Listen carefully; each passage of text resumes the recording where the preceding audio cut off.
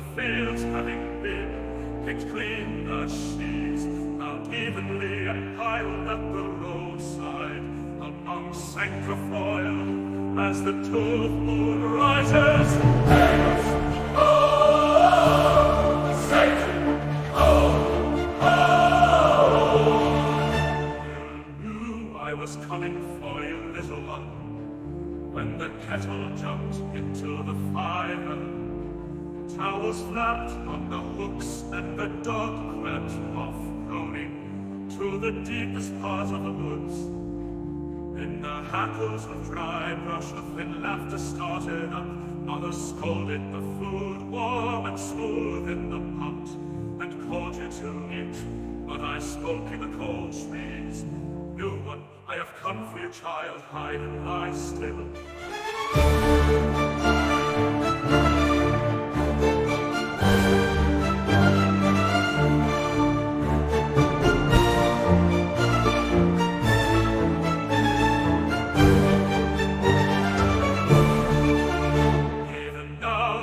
Landscape is assembling, the hills darken, the oxen sleep in their blue yoke, the fields having been picked clean, the sheaves found evenly and piled at the roadside among sancrofoil as the tooth moon rises.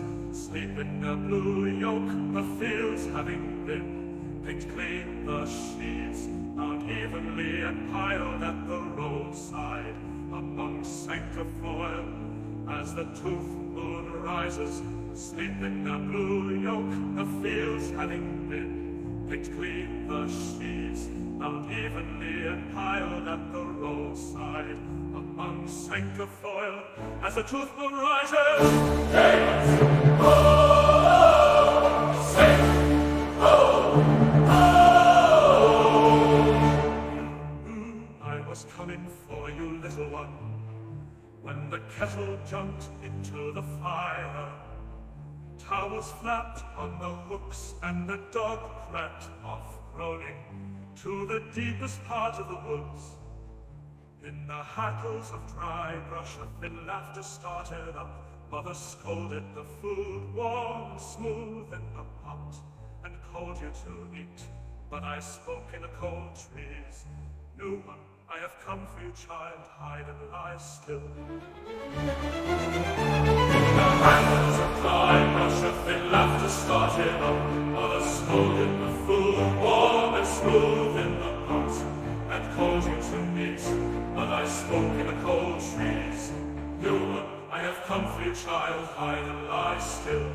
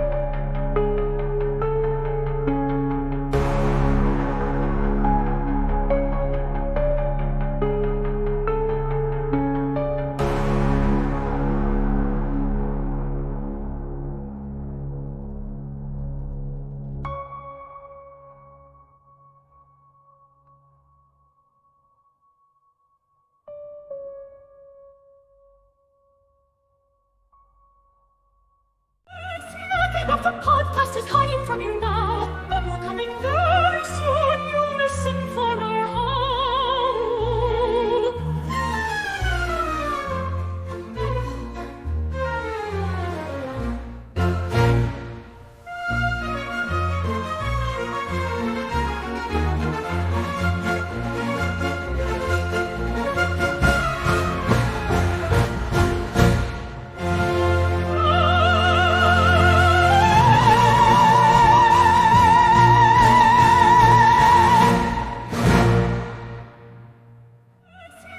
The podcast is hiding from you now, but we're coming very soon. You listen for our howl.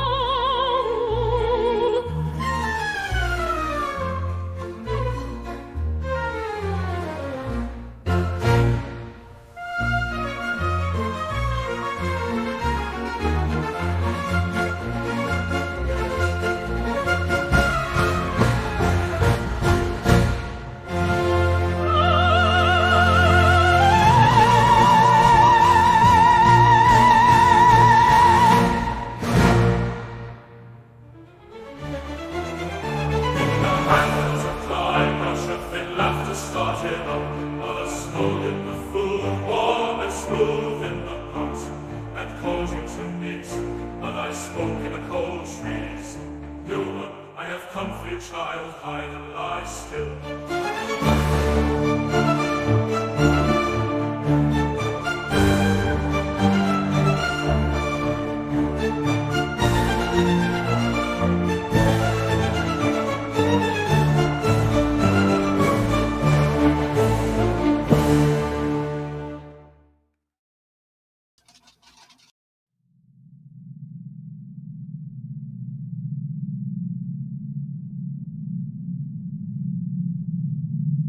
He would be so scared to see me. Everybody thinks we was doing this shit, doxing motherfuckers. Nah, they came at us first. I got a fire raging in my front yard. Oh, why did you set your front yard on fire? Are you drinking again? Smacking off the podcast, fuck your seeds on balls, because false authorities. Smacking off the podcast, fuck your team, dog balls, you call them sports authorities. Smacking off the podcast.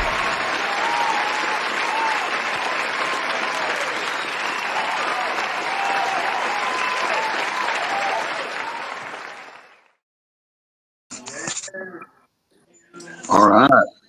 Everybody, welcome back to the podcast. Can you hear me? Yes, I can. Can you hear me? I can hear you. All right. Hell yeah. Sorry, we're sitting out back enjoying some beer, watching my horned frogs suck. I'm trying to find that game right now on TV. It's I'm looking horrible. for it right now. Don't. Mm-mm. I guess we're the only ones on yet. Are you on, Doug? I am. I'm right here. Oh, what about you, Sean? Are you here? Let me see. Let me make sure I've added everybody. And we have a guest. Jason! Hey! All right. Now we can say, everybody, I'm doing welcome. no video tonight because I look like a hot mess express. So since everybody's on now, we can say welcome to Smacking Off the Podcast. Tonight we have a special guest in Jason Marks. We're here for our cast members, Sean Devine and Nikki Mays, and our producer is Doug Phillips, and I'm our host, Dr. Balls. Welcome to the show, Jason.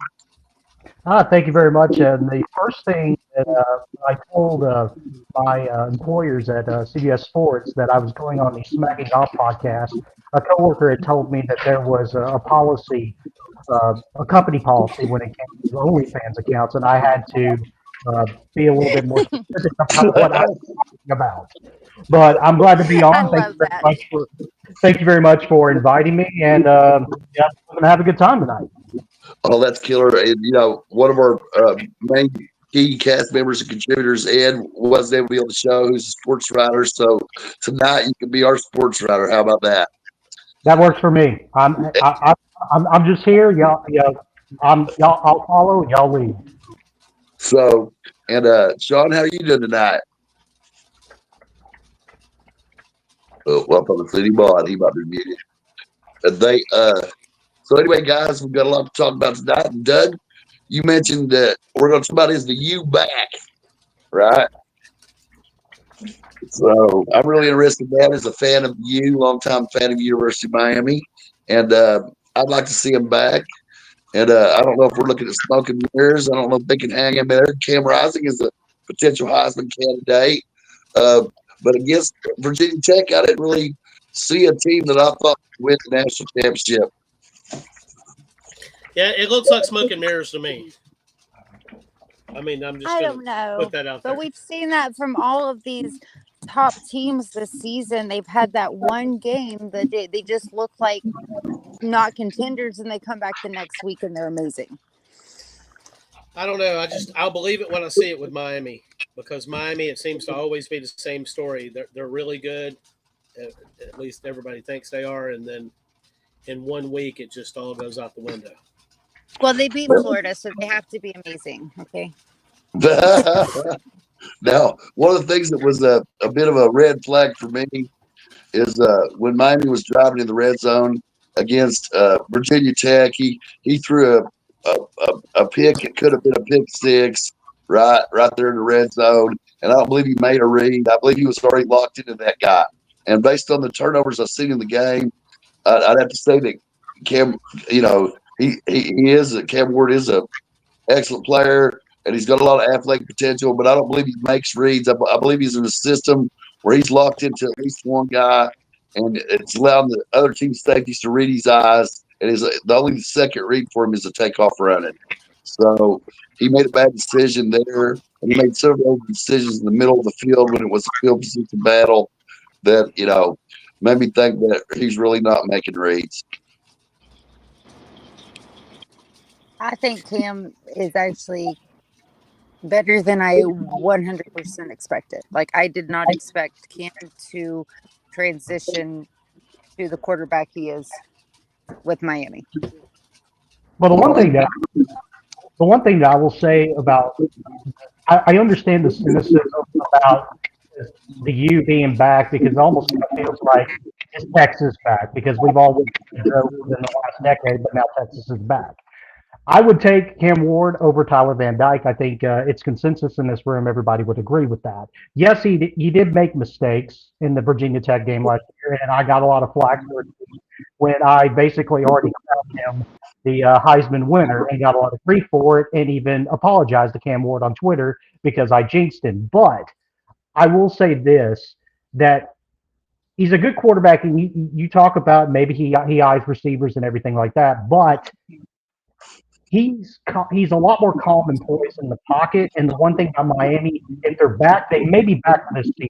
I have them in my tier as a national championship contender right now. But going forward is going to be another question. I'm not so sure, because after Cam Ward, who do you got? Mario Cristobal, is he going to go back to the portal and try to get another quarterback again, just like he did with Cam Ward? Is he going to go with on the recruiting trail, where I believe he's got Luke Nickel right now, who is a three-star quarterback according to 24/7 Sports? Which route he will go from there? So I'm not ready to say that the U is back, but I think that the U is back to make some noise this season. I agree with you. And, the thing about the portal is it's very enticing to go get your guy right now, so you'll have a guy that you think is already pre-developed or at least can fit your system. But in my opinion, with the talent that's available, especially in South Florida, that Miami should consider developing a quarterback, especially if they can find an extreme athlete. But if you're a coach like Cristobal and you're wanting to stay in the position you're in and you're wanting to guarantee 8, 9, 10 wins every year, it's very enticing to get a new quarterback out of the transfer portal every year. Now, other teams that's tried that, such as Kentucky, haven't had success, even though they pulled a guy from NC State and Larry that had good numbers.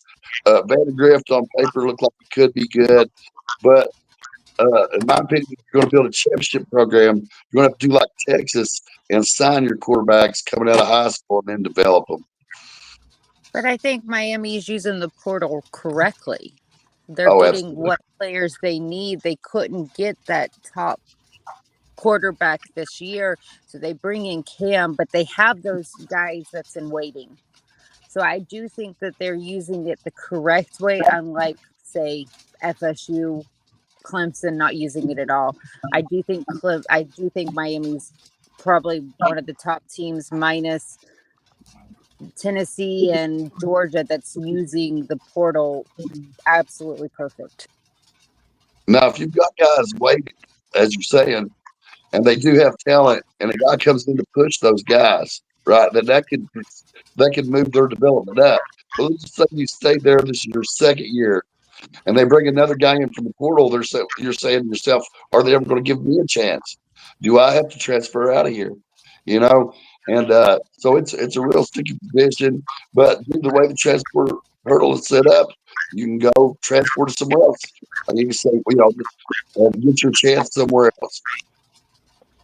And the transfer portal is pretty much the wild, wild west right now because the NCAA or the Supreme Court has basically neutered the NCAA where there's no rules, no regulations, and we're not going to get that until Congress decides that they can find some kind of legislation to somehow regulate it and put it under control. So right now, it is the wild, wild west. We're talking about the transfer portal and how Dickie said that Miami's using it correctly.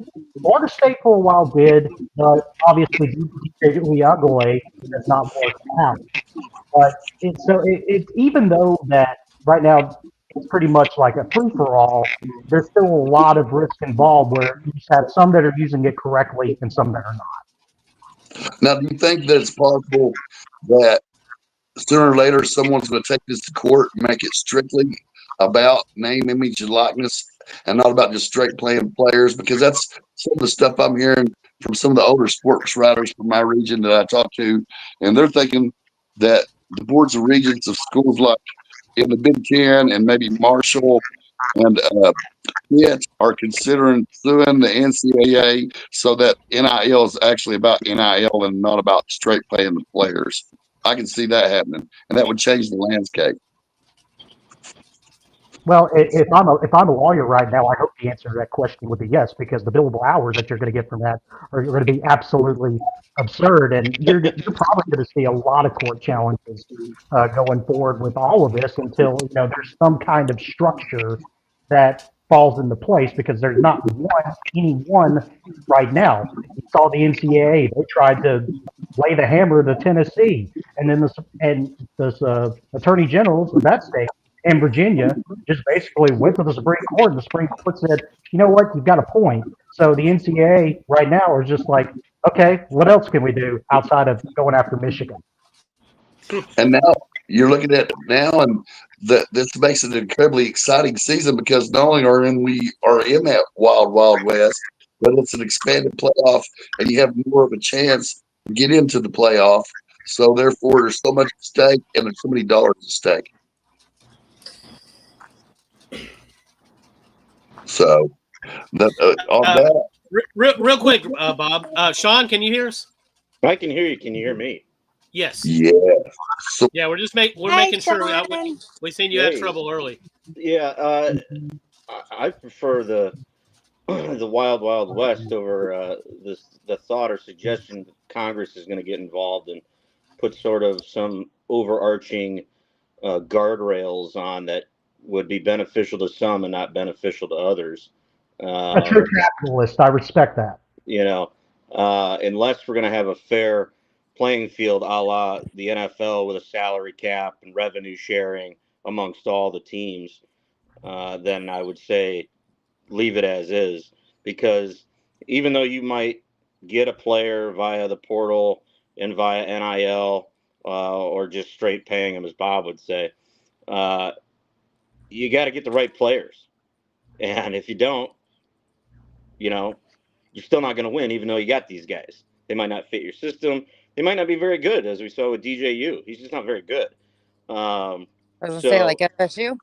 Right. Or prior to that, when he was at Clemson and Oregon State, he's just not very good. And that's where some of the scouting sites, I think he was a 5-star when he came out. That one they got wrong.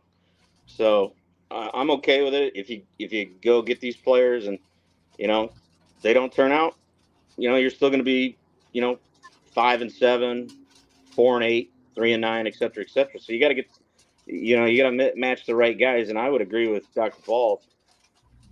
You should probably be focusing 75 to 80% on recruiting out of high school, and then supplementing the other 20-25% through the portal for plug and plays here and there.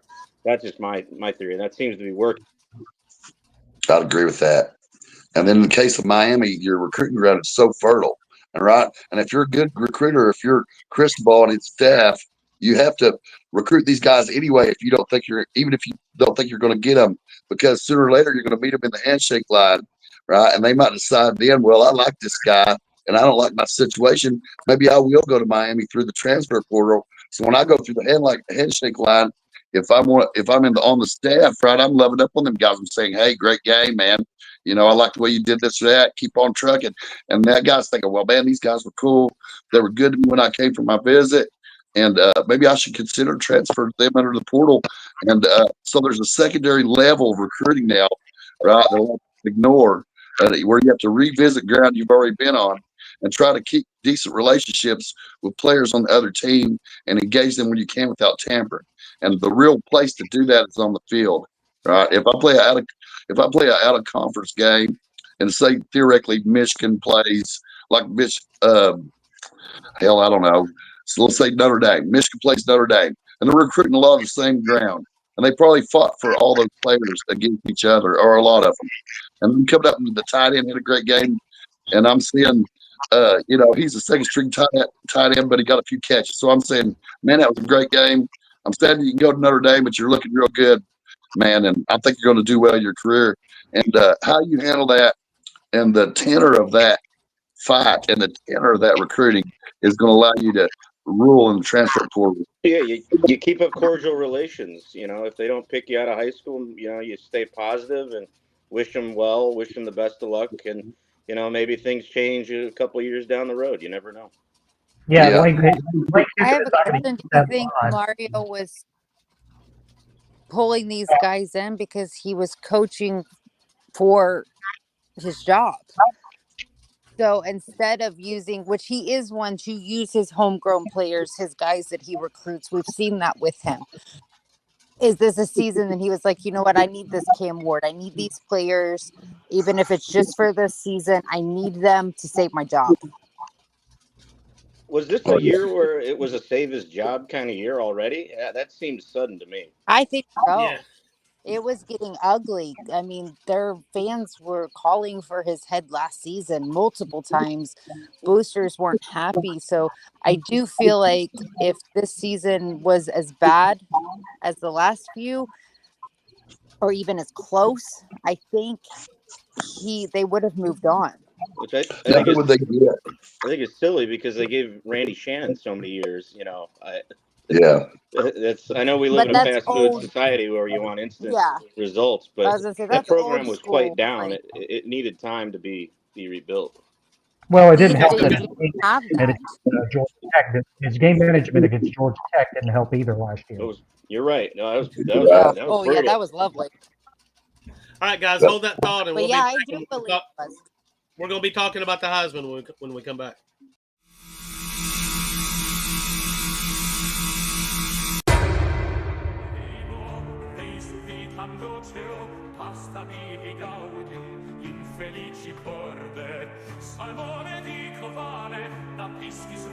Go to smackology.42web.io and click our Fans Edge link for instant savings on awesome products.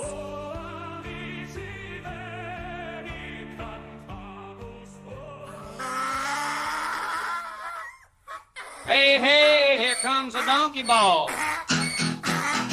Here they come, here they come. Your team sucks, donkey balls.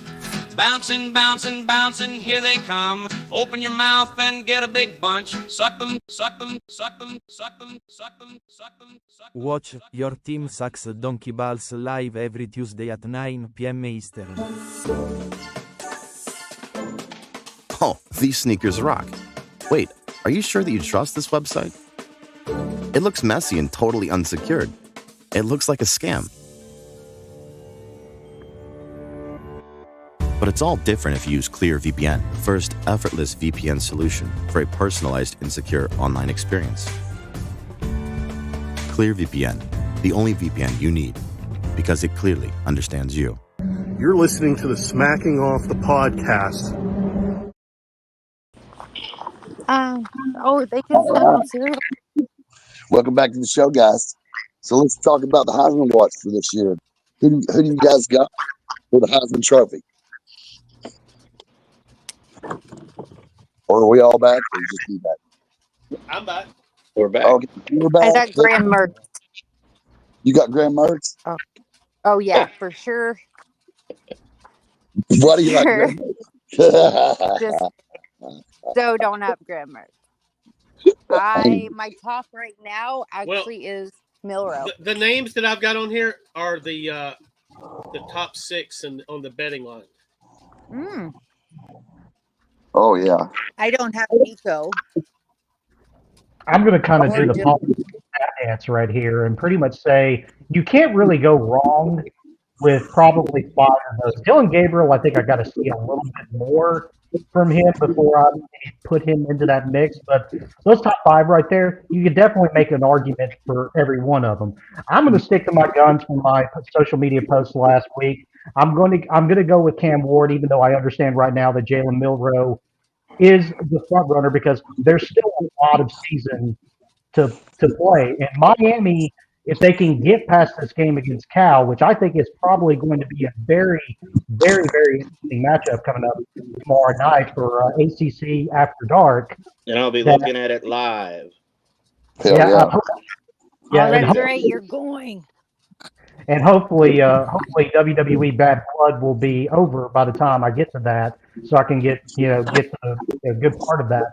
But I don't think you can go wrong with that. Jalen Milrow, it's been fantastic. Alabama fans were writing him off last year after the loss to Texas, and he has really come a long way, and especially under Kalen DeBoer and what you've seen with Michael Penix Jr.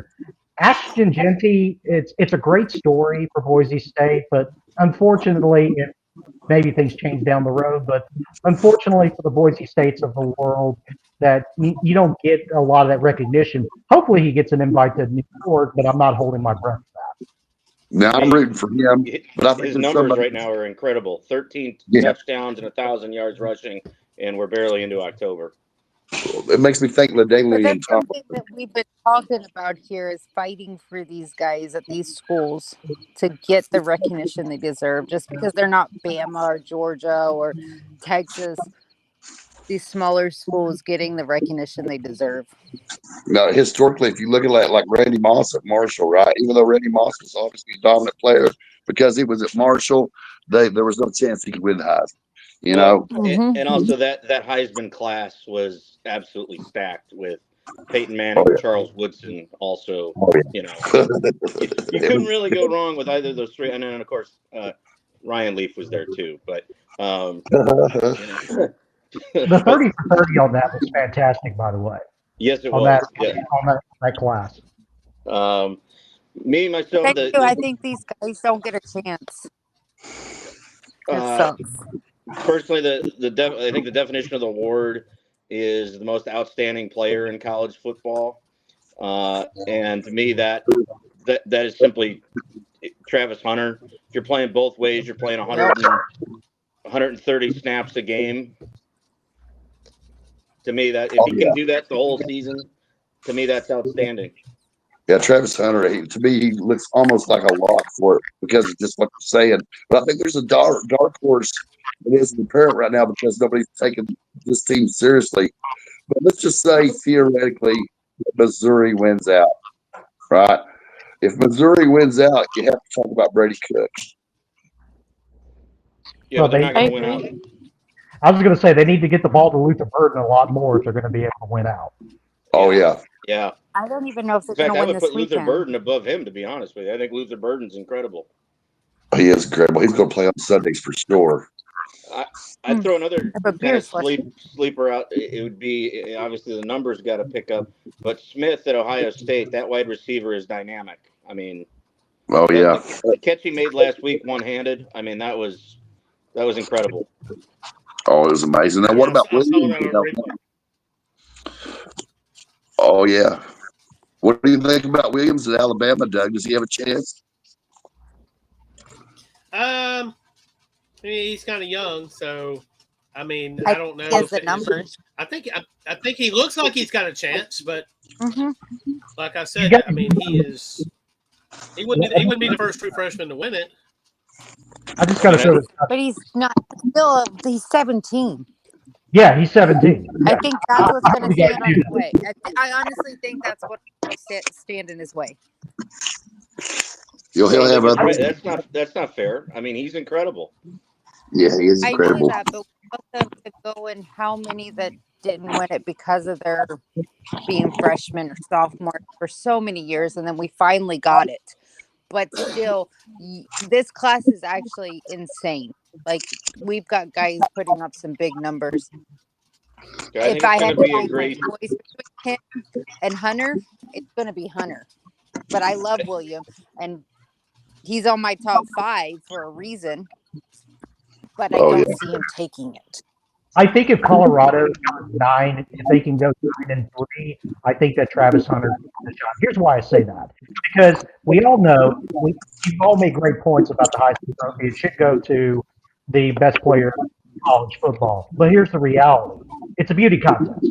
It's a beauty contest for, it's almost like the elites in the Hunger Games. It's a beauty contest. Because you go back a couple of years ago with Christian McCaffrey, with the stats that he had, Derrick Henry won it that year. With the exceptions of the Johnny Manziels in 2012, it was the freshman that won it then. And then you had RG3 that won it around that time too with a 9-3 Baylor team. There's a couple of exceptions every now and then. I get that. But for the most part, it's usually a beauty contest for the teams that are most likely going to be in contention for the national championship. And you have quite a few of them out there. For Nico Iamaleava, who I would probably put a second or a third, but it's all going to depend on a couple of things. You've got to be able to either knock off Alabama or you're going to be able to knock off Georgia. You have to knock off one of those games to be considered in that conversation. You can't lose to the likes of the South Carolina, which probably killed Hendon Hooker and Tennessee's playoff hopes. So there's an outside part right there. But again, with Cam Ward, Miami has a beneficial schedule. If they can get by Cal, who has a defense that's got 10 turnovers this season, which leads all of college football, it's going to be interesting to see how that matches up. Now, does it hurt Quinn yours that Manning came off the bench and played well? I think with his injury and everything like that, not playing the games, I think that it could hurt him. If it was any other year where you talk about like an NBA draft class that's just very, very mediocre, where you have the top players or players from France that, unless you're a hoop head, you're the only one that knows about. But this is a little bit different because you got Jalen Milroe, you got Travis Hunter, you have Nico Iamaleava, Cam Ward. It's loaded. So the fact that injured out now, and Arch Manning has come in, and it's almost like Texas hasn't missed a beat. I think that's going to hurt him. Yeah. I think he's supposed to play in the Red River rivalry game. Ewer should be back for that. He already had the big game against Michigan. So if he can put together some big games, Red River rivalry game, and then I think Georgia comes to Texas the following week, and do it again, I think he could jump back into that conversation, because we're still the first week of October here. There's a long way to go until I think ballots have to be in that Sunday after conference championship weekend, which gets me started on another tangent, which is people turning their ballots in before all the games are done. But that's another story for another day. We don't like it. But I agree. I think, honestly, him being injured when he got injured. I definitely agree He got injured with no week.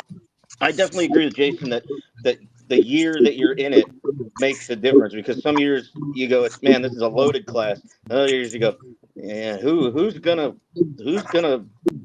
make it to New York? Like, who?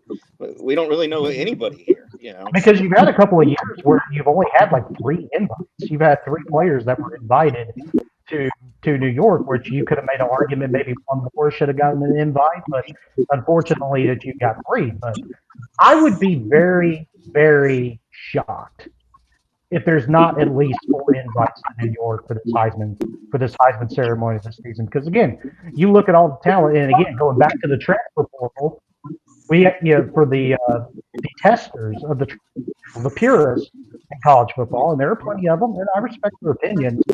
But the transfer portal gives us these stories of like the Cam Wards.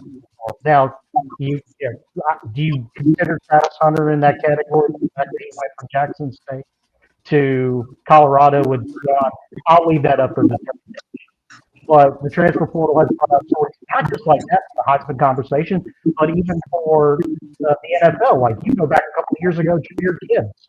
He was a running back at Georgia Tech in a triple option offense under Paul Johnson, and he goes to Alabama and falls out. He's a first round pick by Detroit. Hell yeah, that's true. And anything can happen, and it's all about performance. And that's why the Heisman race is especially interesting going into a 12 team playoff with an expanded Big Ten and expanded ECC. Now these guys are going to actually have to show out on national television over and over again. The schedules are unbelievable. Like poor high in Texas, well, of Texas's last 6 games, it's possible they'll lose 2 of them. It's possible that their games back to back with Georgia and Oklahoma, even if they win both of those, they may come out of those games like a mash unit, right?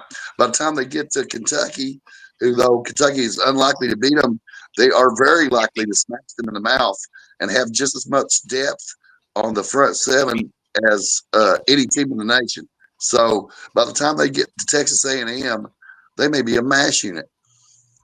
Well, so, I've christened this season of the SEC as the Thunderdome season, and rightfully so, because I mean it's going to be a demolition derby, just pure destruction going forward. Because you like the matchup we talked about, you've got Texas that's going to be taking on Georgia, Alabama's already taken on Georgia, Tennessee's going to be taking on Alabama, Texas is going to be it's going to be like a mash unit, like you said, and then you're waiting for one of these teams that might pop up, like Missouri might come out of nowhere. And I would say Ole Miss right now, but after their loss last week for Kentucky, they're playing for their lives against a South Carolina team that's a little bit more rejuvenated now, ever since the very, very scary performance against Old Dominion.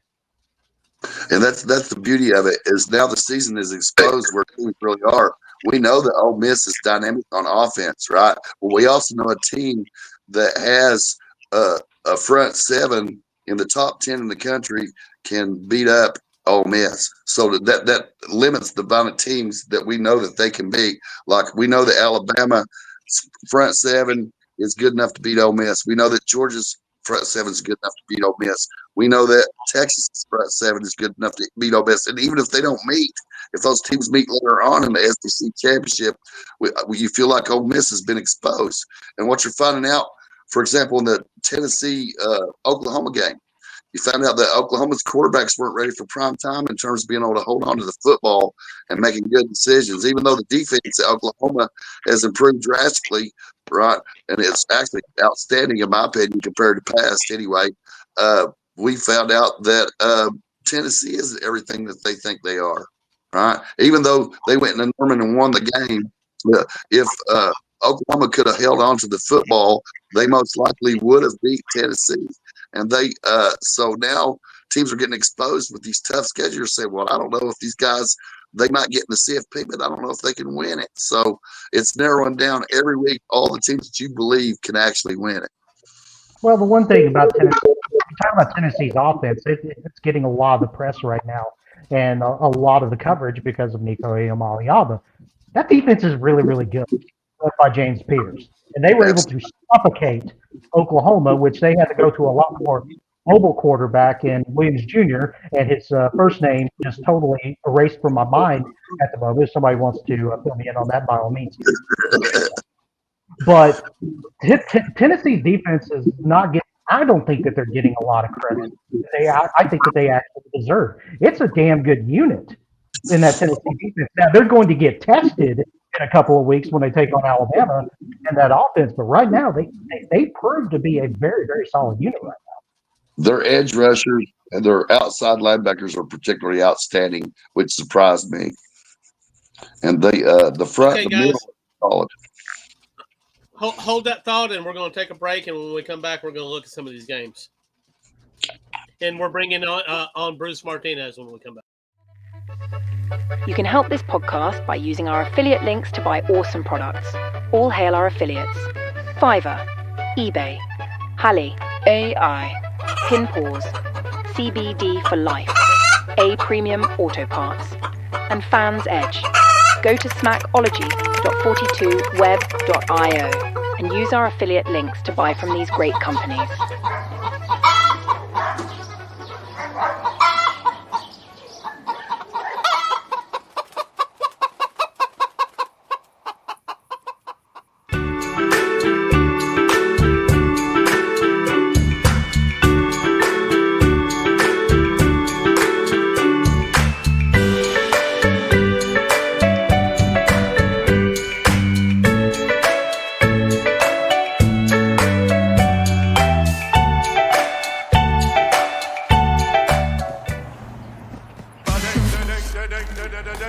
With eBay Authenticity Guarantee, it's checked by experts. Every stitch, tag, and logo. So you'll always get that feeling of real.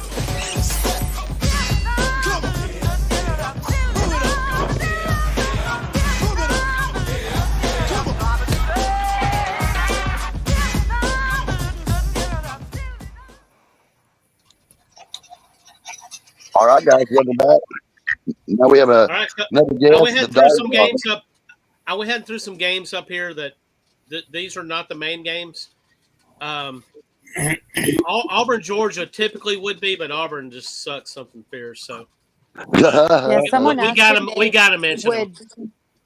Yeah, someone asked today, is Georgia going to be ticked off or hung over after that Bama game? And I said, does it really matter? I think they're Like, going to look be who hung they're over. playing. I think they'll be Like, hung they're over. playing I think Auburn. Auburn will play their ass off. Probably won't win the game, but we'll probably believe at some point in the game that Auburn may pull it off. They're just not going to. They're just not going to I because don't they know. don't. It's Auburn. The thing that just leaves my head scratching is let's go back a little bit since we're talking about Auburn here a little bit and everybody's throwing their shade. I'll try to be nice with my shade here, but we go back to even when Brian Harsin took over that job at Auburn. The offensive line was the cupboard was just so bare, and it had to be replenished. And obviously, what led to Brian Harsin's demise at Auburn was the fact that the recruiting just wasn't there. And now Hugh Freeze has taken over. He had a very 500, very mediocre season last year, and you're thinking you're getting guys like Perry Thompson, Cam Coleman coming in as your 5-star receivers as deep threats. That okay, Auburn's gonna do something in the air attack with Peyton Thorne, maybe even Walker White, who they brought in from the recruiting class. But you just hadn't seen that because they've had trouble running the ball, and part of that is the offensive line just hasn't been able to protect Peyton Thorne. And Hugh Freeze is getting a lot of flack because he's trying to throw it on the players when you can even say some of the coaching decisions have been made. Now, I just feel like Auburn's still got a long way to go to get back because it feels almost like they're still trying to get over that hangover with Brian Harsin. Yeah, I'd agree with that. And then Peyton Thorne just hasn't looked good, guys. I mean, and he don't have time really to do a whole lot with it, and they're not running it well enough to protect him.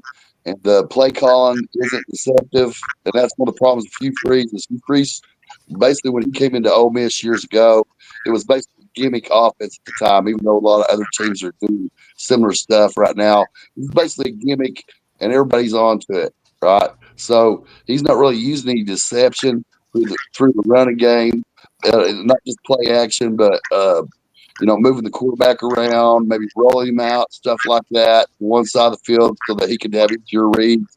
It's not really happening much for him, and they're not able to protect him long enough for him to make a decent read, in my opinion. My I opinion, guess they were Master Freeze is frozen. they were Go only ahead. what 8 minutes away from beating Oklahoma. They were up 11 and really just gave that game away badly. But I agree with Nikki. Athens will be rocking, and Georgia's going to pound Auburn. Yeah. I don't think it matters if they're hungover. I don't think it matters if they're pissed off. Georgia, on their worst day, is going to destroy Auburn. Yeah. I would I concur with think Kirby that. Smart will have a good week of practice with those guys. You saw some good things in the second half. You saw some bad things in the first half. So I think Georgia's going to be ready. Auburn might hang for a half, but Georgia puts them away pretty heavily in the second half. And Jason, to answer your question from the last segment, Michael Hawkins Jr. is the quarterback for OU. Thank you. Thank you. Yep. Thank you.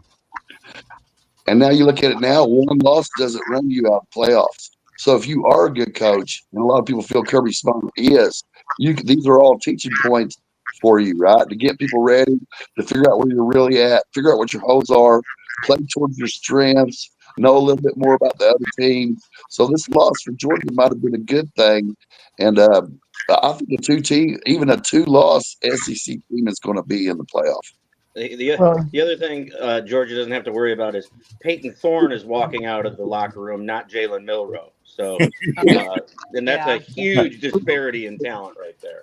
Well, if you ever wanted a get-back game, this is the kind of get-back game that you would want if you were not get-back game. Let's say a get-right game. I mean, I know that's kind of maybe a little bit ridiculous when we talk about Georgia about a get-right game. But after coming off the loss to Alabama, if you wanted a get-right game to get back on track, it couldn't have worked out any better. And I don't know what the spread is on this one. I have to look it up on FanDuel and BetMGM again. But I'm almost tempted to just pound the line for Georgia on this one because I could see this one getting ugly. Now, Bruce, where do you think Georgia's mind will be at going into this game? Well, I can't say they're going to be angry, but I think they have to show up to the game. They just can't walk in there and think, well, if this is Auburn and we're going to, there's no contest. I mean, Auburn's going to fight for it, but absolutely. I just think Georgia has too many horses but they're not the team that they were last year. They don't have the tight end like they had last year, and I don't think the quarterback is quite as proficient as he was last year. We love that tight end out in Vegas, by the way. Thank you, George. Oh, yeah. Sure they do. Yeah, they had a second option at wide receiver, too, that was pretty outstanding. Yeah, they're missing Ladd McConkey this year. Absolutely. Yeah. He was a great possession receiver, and he made a lot of smart plays, too. And in terms of blocking, right? Like we're talking about Williams from Alabama, and he's a great player. But if you're running the football, I'm going to sling that 17-year-old kid out of the way. How much are they willing to block? And now, if you're playing video games, you're probably laughing at me. You're saying, "Oh, you're old school. What does blocking matter?" Right? But blocking matters enough. Even if you're not running to my side, if I hit you every play and we're fighting hands every play, you're going to get tired of me, right? And that's what McConkey brought to the table at Georgia. Yeah, how do we feel about Auburn hasn't, the O-line is still porous. That was their downfall last week against Oklahoma.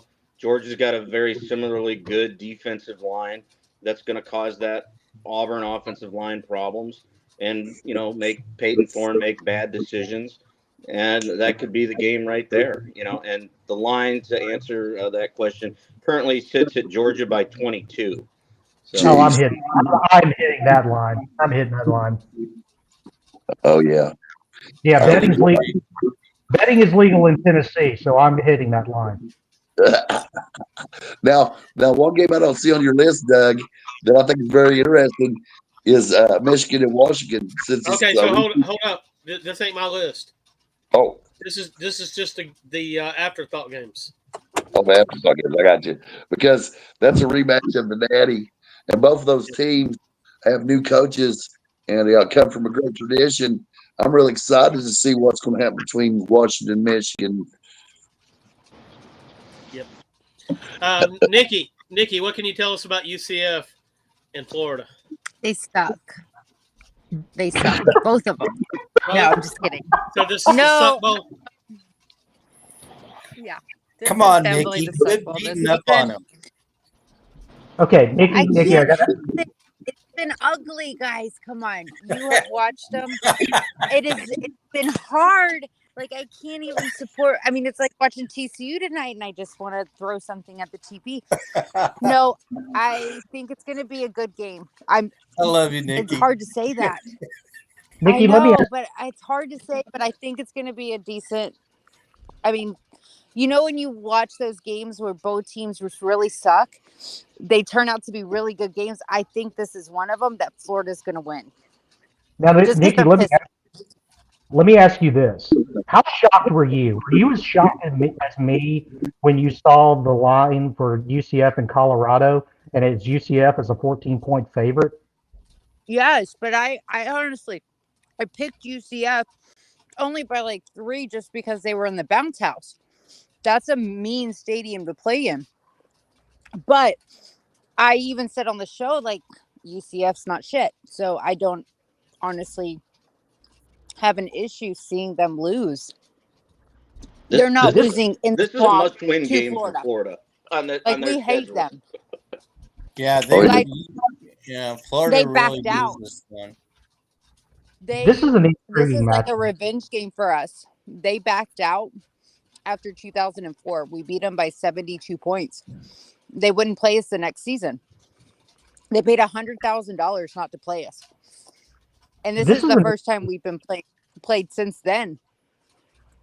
This is an intriguing matchup to me Like, because we don't have the same players, but this one's a very intriguing matchup because you look at like UCF's performance last week against Colorado, which I believe that Shedeur Sanders is a hell of a quarterback. It's just that offensive line right now is probably going to get him killed. It also helps that you have Travis Hunter too, which we discussed about earlier. But UCF's defense is just nothing but a wet paper bag. Like my Pitt over here, being a lazy ass, could probably run 100 yards with the football in his mouth. That's how bad their defense is. And really, that's a blessing in disguise for Florida, given that that schedule is basically murderer's row right now. We may not say Billy Napier stop. And he's still going with Graham Mertz, even though he's sprinkling in a little bit of DJ Lagway, which surprises me. I would go with Lagway, but that's just me. I'm not the head coach of Florida. But it's intriguing for me for the fact that Florida's offense needs a spark. UCF's defense just needs a prayer from God, it seems like. So, but I think our defense does too. Well, especially again, going up against their rushing. Well, especially coming and our off. defenses look horrible. Yes, and if you look on paper, Florida definitely has some talent on the defensive side, which was actually amazing how Cam Ward was able to shred them in the swamp. But yeah, it's almost kind of like the immovable object in the irresistible force. I probably just totally fucked that up, but that's the matchup that I think that's probably going to decide that game right there. Is if Florida's offense can get on the right track against a UCF defense that just seems to be reeling week after week. Yep, it's like Colossus versus the Juggernaut. You know, you can mess anything up when you're talking about Florida and UCF. Sean, no one will understand it anyway. I think Florida shows some pride, and they win this. They win this by a touchdown in Gainesville. Hell yeah! And it's Tom Petty night. And it's Tom Petty. There you go. Tom Petty night. All right. So, Sean, what do you think about USC traveling all the way to Minnesota? It seems very 1940-ish, doesn't it? It really does. It's one of the newer Big Ten rivalries that we like. Minnesota, if they can find a way to lose, has done it. They're not prepared to see a Miller Moss-led offense, which was a tackle away from beating Michigan. I think USC's just got too many weapons. And then assuming, I haven't checked the weather report, but assuming the weather is still decent in Minnesota, which I think it is early in October, Miller Moss will have a day on Minnesota's defense, and Southern Cal will take care of business. Yeah. And Throwing Minnesota some more, caught some break. throwing some I more about these games. Pitt. I was can. Hey, surprised to see Doug. that Pitt's actually undefeated. And I think they're former gonna Alabama crush them. quarterback Eli Holstein is leading Pitt in the attack on offense. Yep. And if I'm not mistaken, Rutgers is also undefeated, and Nebraska is sitting at 4-1, which is very un-Nebraska like lately. That's hard to pick on that one because Rutgers has impressed me that they were better than I thought they'd be, and I expected Nebraska to get better. And it's at Nebraska. I don't know how much of a home field advantage that is these days, but Still selling out every Saturday since well, what, I think it's a home 1964. field advantage. Quarterback's better Look than a against Rutgers. Colorado. So yes, Nebraska. I think Nebraska's Bruce can give us the advanced scouting report on Rutgers as he watched them intimately last week. yeah, I mean Rutgers is a good team. They're balanced. You got two good runners, but the quarterback. I think if they, as UW did, put a lot of pressure on him and contained him, and if Nebraska can do that, it's Nebraska's game. Now, let me go back to the Pitt, North Carolina game because I have a question I just want to ask the entire room. How does Ted Root ever still find work? Because can anybody tell me when the last time Ted Root ever had, and I go all the way back to the 2010 Auburn team that won a national championship with their defense, especially in pass defense, was ranked like 112th in the country.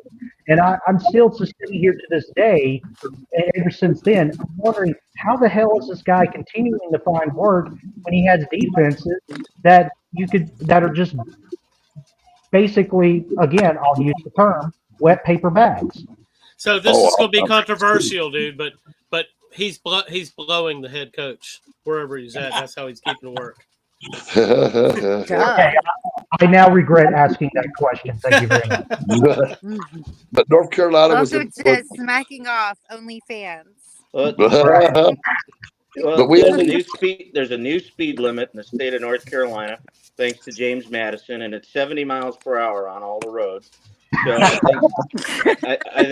think Pitt will be able to put up enough points against Nikki's talking about Florida's defense. Let's talk about North Carolina's defense. This has to be the last ride for Mac Brown at North Carolina. You get 70 put on you at home by James Madison. That's entirely unacceptable. And I think Pitt continues to stay unbeaten. I know they haven't really played anybody, but they'll beat North Carolina if Holstein plays. At least our losses are against ranked teams. You know. Oh yeah, I see that too. I don't think North Carolina is showing themselves well. I think Mac Brown went to North Carolina and he's in Chapel Hill. And it's a great job, a great town to live in. He's gotten comfortable, and the fans loved him because of his prior success. And he had a little success over the last few years. And but that was just an embarrassing, humbling loss. And it might be time for him to retire because his team sucks donkey balls. I mean, does he want to at his age continue to fight? I think he's a year younger than Nick Saban. Continue to fight the fight in the transfer portal with NIL and having to recruit. I mean, eventually time catches up with all of us and you get a little tired. I don't know if he's really beating down recruits' doors. Yeah, I agree. It's time to retire. Yeah. Sean, what do you think about SMU going to Louisville? I think that's going to be one of the best, and it's an underrated game, but I think it's going to be one of the best games of the day. You got SMU's putting points up like crazy, but Louisville's got a pretty, stiff defense. They gave Notre Dame a lot of problems in South Bend before Notre Dame kind of pulled away at the end, but that's the difference in talent there. And Brom coaches those players of his on that team up real hard. They play physical. I think this is going to be a nail biter all the way to the end. And I think, let me check the line on this one. I think it's very close. And if it's not, then we're going to get a deal. I was going to say, if there's something that you're going to look for in this game, which I'm actually doing right now on my phone, the total on this one is 56.5. 56.5. I feel like that's going to be done by halftime. Yeah, I mean, and Louisville's 6.5 favorite at home. I would be likely to take those points because SMU, when they want to, can score points in a hurry. Quick. They can do that quick. Oh But yeah. I think that that's a game that I know that the programs aren't the most marquee, but I think that's going to be a game that's going to be really fun to watch. So I'm definitely going to have it on one of the monitors for sure. I concur. Oh yeah. I'm watching Syracuse and ULV right now, and ULV just scored. It's more interesting than I thought it would be. I thought Syracuse would probably dog. UNLV looks pretty damn good. Yeah, they do. They aren't they 4-0. I believe they're 4-0. Yeah, Syracuse is 3-1, and I think they're at UNLV. I think it's the rest of the game. UNLV's like number 25, and so I'm trying to keep an eye on it. I'm to this point, the UNLV looks better than I thought they would, even though some early stuff went on. But they're They're about saying to. we don't need that quarterback. He can hit the road, Jack. There you go. Hell yeah. So is this the best matchup of the day, guys? Number 9 Missouri at number 25 Texas A&M. Is this the marquee matchup of the day? I think it's the only matchup inside the top 25 with 2 ranked teams. That is correct. I believe you're right. The disrespect they're getting from their own network is egregious. That game should not be a noon kick. It should be a 7:30 p.m. kick. I agree. I think a lot of people don't believe that Missouri is a top 10 team, and I'm definitely. They are. They're the real deal. I don't think that they don't believe it. I don't think they realize it because they never have been in this situation before. I think people underestimate them for being a top 10 team because they had the dogfight at home with Boston College. And Boston College, I know they're in a weaker ACC this year, but Boston College is playing some decent football. I don't think they're great. They're not a playoff team. That's not what I'm saying. But when you play Boston College, they're going to give you a scrap. They're a scrappy bunch. Well, you talk about dogfight. Also, off the high, just beat Florida State. If you talk about dogfights with the Vanderbilt and the quarterback that they have in Diego Paiva, who has basically transformed what we know as Vanderbilt into maybe they're not going to be as good. They might be able to contend for a bowl, but this isn't the Vanderbilt that is going to be 2-10. Credit to Clark Lee; he's done a fantastic job with that program. Absolutely. And I'm not saying that because I live in the Nashville metro area and I'm trying to be a little bit biased. He's done a lot better, and with Jerry Kill hiring him as a consultant, bringing in Diego Pava, who by the way, who was also the quarterback that went into Auburn last year and beat them by double digits and got our eye again, but they went out and beat Virginia Tech in overtime at the beginning of the season. So I wonder if we talk about the disrespect or maybe just the overlooking of Missouri, even though that they're a top 10 team, maybe overlooking it for the fact that, okay, they battled Boston College, and in your mind you're thinking, okay, Boston College, this isn't a good team, but Castellanos, he's been a hell of a quarterback. Yep. Then you look at Vanderbilt, and they got a quarterback in Diego Pava, who I'm a big fan of. So I'm wondering if a lot. Mexico State University. Well, after that game, that was the first time we've seen the reverse transfer portal used. I hear that immediately after that game, Vanderbilt put their kicker on a bus to the University of Alaska. So, because if Vanderbilt makes 2 of those field goals, they win that game. Yeah. Mm-hmm. I think they missed 3 field goals in that game. No, just 1, right? No, they missed more than 1. I know that. I know they missed more than 1, but would have at least made 1. They either would have won or tied it. Oh yeah. Well, I mean, they lost in overtime, but they had opportunities in regulation to win that game. I felt bad for Clark Lee and Vanderbilt. I really wanted them to win that game. But somebody's got to learn how to win. I would put my money on Missouri. I really like. They're such a well-balanced team. They got great running backs, and their defense is pretty solid. I got my money on Missouri. I really do. I'm going to take, having been at the home of the 12th man earlier this season, A&M at home. If they can get anything out of the quarterback throwing the ball, they should win this game at home. I think I'd like to see it. it's an intriguing matchup for the fact that the answer for Texas A&M is at quarterback. Is Connor Wegman going to be back, or are they going to go with Marcel Reed again, like they did with Florida? And you saw what he did. It's going to be interesting from that standpoint. And again, you talk about Missouri; they have a good offense, they have a good defense. Texas A&M's defense is pretty good too, even though they lost to Notre Dame. They were able to hold off Riley Leonard and his rushing attack and his dual threat capabilities. And even with Arkansas, they were able to hold them to under 20 points. So even though that, the Jimbo Fisher firing and all the recruits that they brought in, and some of them went to the transfer portal, mainly on the offensive side with the likes of like a Evan Stewart and a Haynes King, who is now at Georgia Tech, the defense is still pretty good. And we had Gabe DeArmond from Power Mizzou on the CBS Sports Network show that I helped with that aired today, and he talked about with Missouri wants to get this to a shootout, because if this becomes a defensive battle, that plays to Texas A&M's advantage, because you talk about a really good defense from that standpoint. If Missouri can get it to about 30 points, they can and get it into a shootout, they can win this game. But if it becomes a defensive battle, you might be seeing an upset in College Station. The question on the defensive side, Texas A&M has last year's Big Ten sack leader on that defensive line. My question is he going to play? He's been banged up a little bit. But if he plays, that could be trouble for the Mizzou quarterback, because he can really get after the quarterback.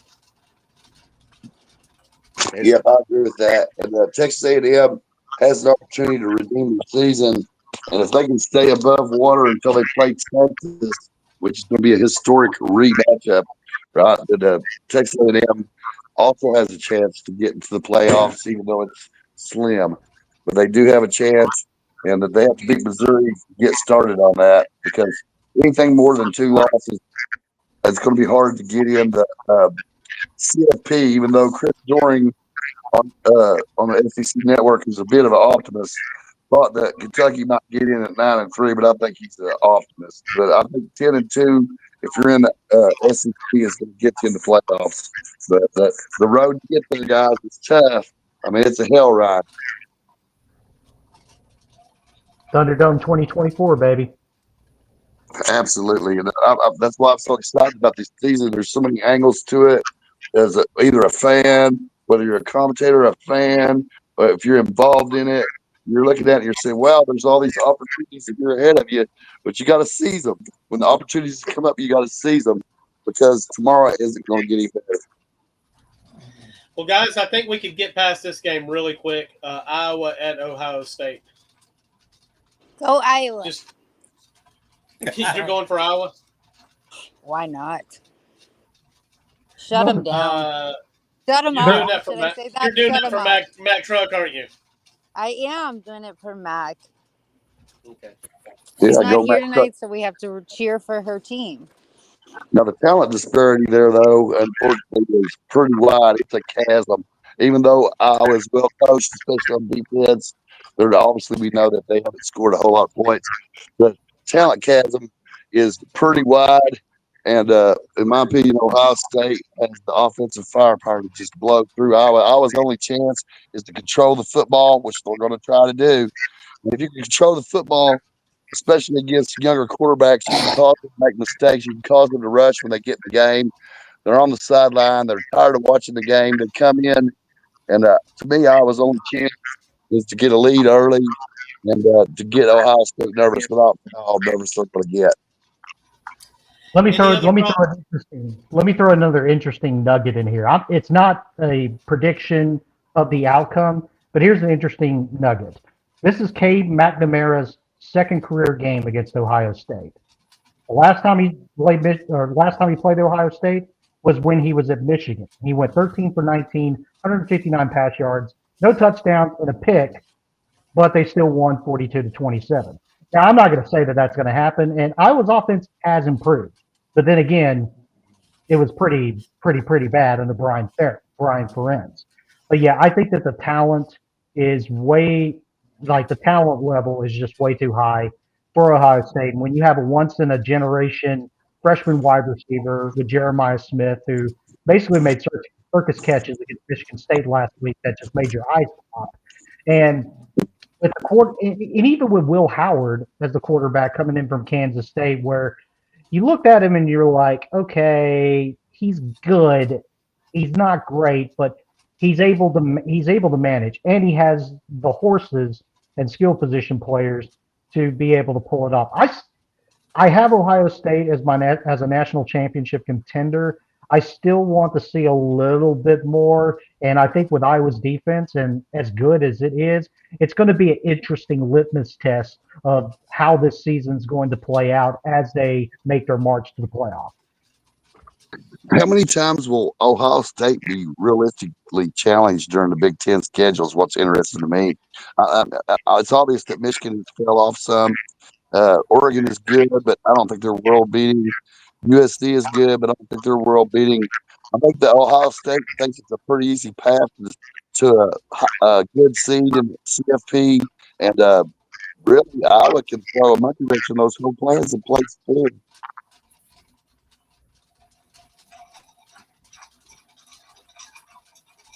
Well, I'm trying to look up the schedule right now for Ohio State because another Big Ten team, which not really a lot of people are talking about, and maybe it's because of some close shaves, maybe with the likes of Bowling Green, and that's the Penn State Nittany Lions, and that matchup's coming up on November 2nd.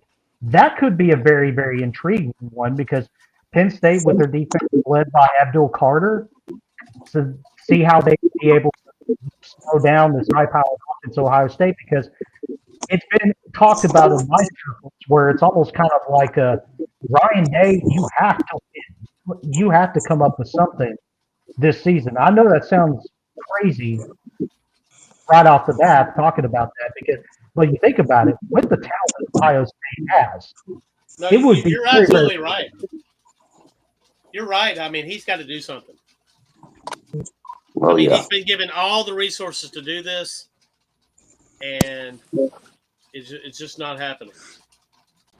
The thing about it is, though, Franklin hasn't done any better in those positions, and Franklin has the talent. He's got a scheme that can win anywhere, as far as being able to dominate teams physically and so forth. And he has to make a showing too. This game is a big tell for both those coaches. I absolutely agree with you, Doug. Ryan Day hasn't did anything other than wear cheek makeup since he's been at Ohio State.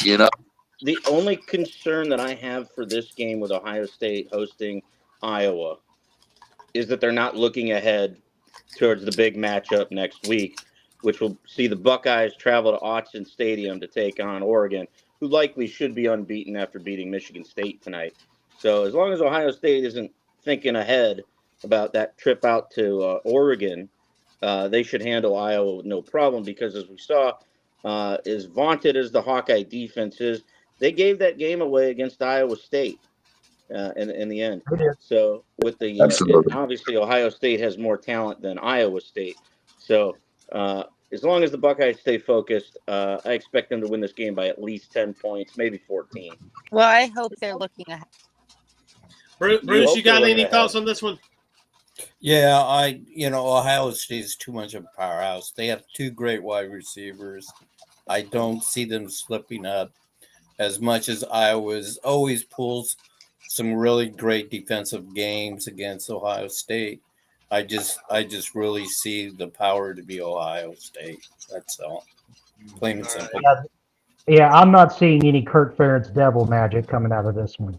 No, I don't either. I think it would be different if this game was in Iowa. Maybe. Probably not. This one's at Ohio State.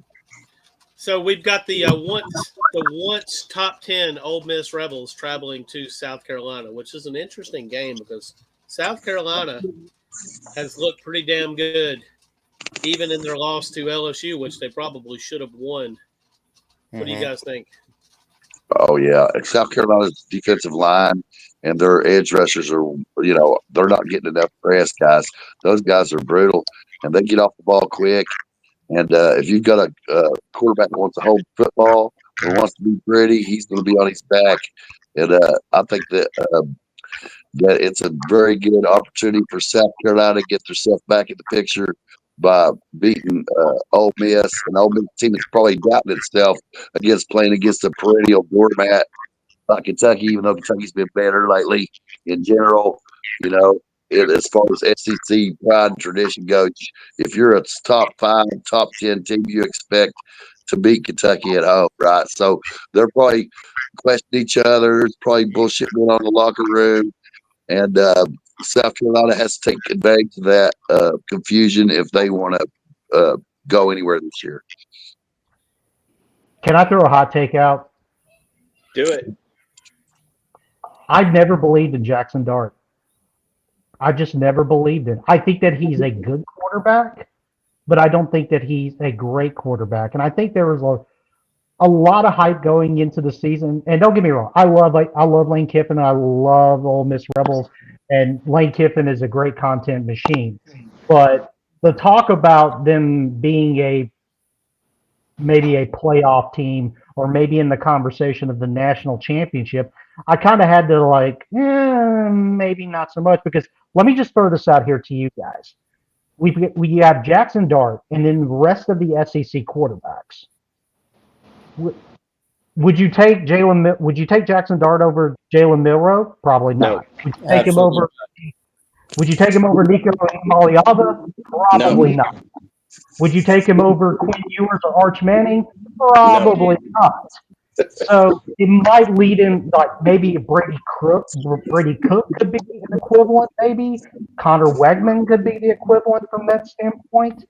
But I just feel like and the Kentucky game probably exposed a lot when it came to Lane Kiffin's had good hurry up, no huddle, power, high octane offenses over the years and has been able to do a lot.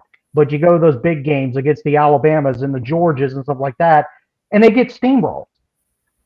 Jackson Dart came in from USC, and there was a lot of excitement. But and again, I don't want to bash young kids or anything like that, and that's not my intention. But just from my analytical opinion, I just never really believed the hype when it comes to Jackson Dart. I agree with you. I think he's similar to Ukulele from the standpoint that he was one of those all bus teams. When they get off the bus, you look at that guy and goes, "Oh, he ought to be a hell of a football player." And I think he had the physical attributes, and in high school he probably dominated. He was probably put in a position to dominate on a dominant team, and he's come into the college football world. He's played at his second big time program, and he really hasn't delivered to the level that his recruiting ranking would say. I have two thoughts on this game, and I'm going to kind of tag team off of what Jason said. First and foremost, Ole Miss's best player from last year, he's now wearing an Ohio State jersey, number one. Yep. Mm-hmm. Number two, after South Carolina, no offense, Dr. Balls, hammer slammed Kentucky, which they did. There's the key word for this game is disrespect. And the disrespect is currently Ole Miss going into this game at a raucous Willie B, which it will be in Columbia. The Gamecocks are an 8.5-point dog in their own building. And No. say what you want, but the Willie B is a tough place to win at. So I think the Gamecocks are going to be seeing that. They're going to see the disrespect, particularly after such a shoddy performance by Ole Miss, that I think South Carolina is going to get the job done at home and beat Ole Miss. And then we won't have to talk about Lane Kiffin for the rest of the year. Ask the 2010 Alabama team about Williams-Brice Stadium, and you would get that answer. When Alshon Jeffrey absolutely cooked Dre Kirkpatrick. And how do I remember that? Because I was there at Williams-Brice Stadium and heard Sandstorm about 19 fucking times during that. So guys, I threw this game in for Ed, and Ed is not with us tonight. Well, his spirit is with us, he said. Anyway, number 23, Indiana goes to Northwestern, and this is specifically for Ed. So let's go ahead and let Ed talk on this real quick. All right, that's good. Anybody got any thoughts on this one? Indiana for Ed. Indiana will win the game, and I will still not believe in them because they haven't played anybody yet. I agree. That's not what Ed said. I know. I've been We're all given. for Ed. It's, we have Ed in our heart. So what I do on my social media is everybody does their power rankings and everybody does, their top tens, and the AP voters always, talk about who they voted for and everything like that. But I think in this new era of college football, I decided to be a little different and think outside the box. And instead of ranking the teams, I put them in tiers of national championship contender, playoff contender, and who I'm keeping my eye on. And I've gotten flack because I don't have Indiana for keeping an eye on right now, although that I am. I'm keeping an eye on them from a standpoint of, okay, let's see how long this is going to go. Do I really believe that they're going to be in that conversation for the college football playoff when it's all said and done? Probably not. I would see them probably beating a Northwestern team, which I'll be honest with you, I don't know much about. Not many people probably do, because the last time that I remember talking about Northwestern football, probably for more than 5 minutes, was back in the days when they had Darnell Autry and they were upsetting Michigan and playing Tennessee, and I believe it was the Citrus Bowl back in the mid-'90s. So, no, that was Gary Barnett taking the purple to Pasadena that year with Darnell.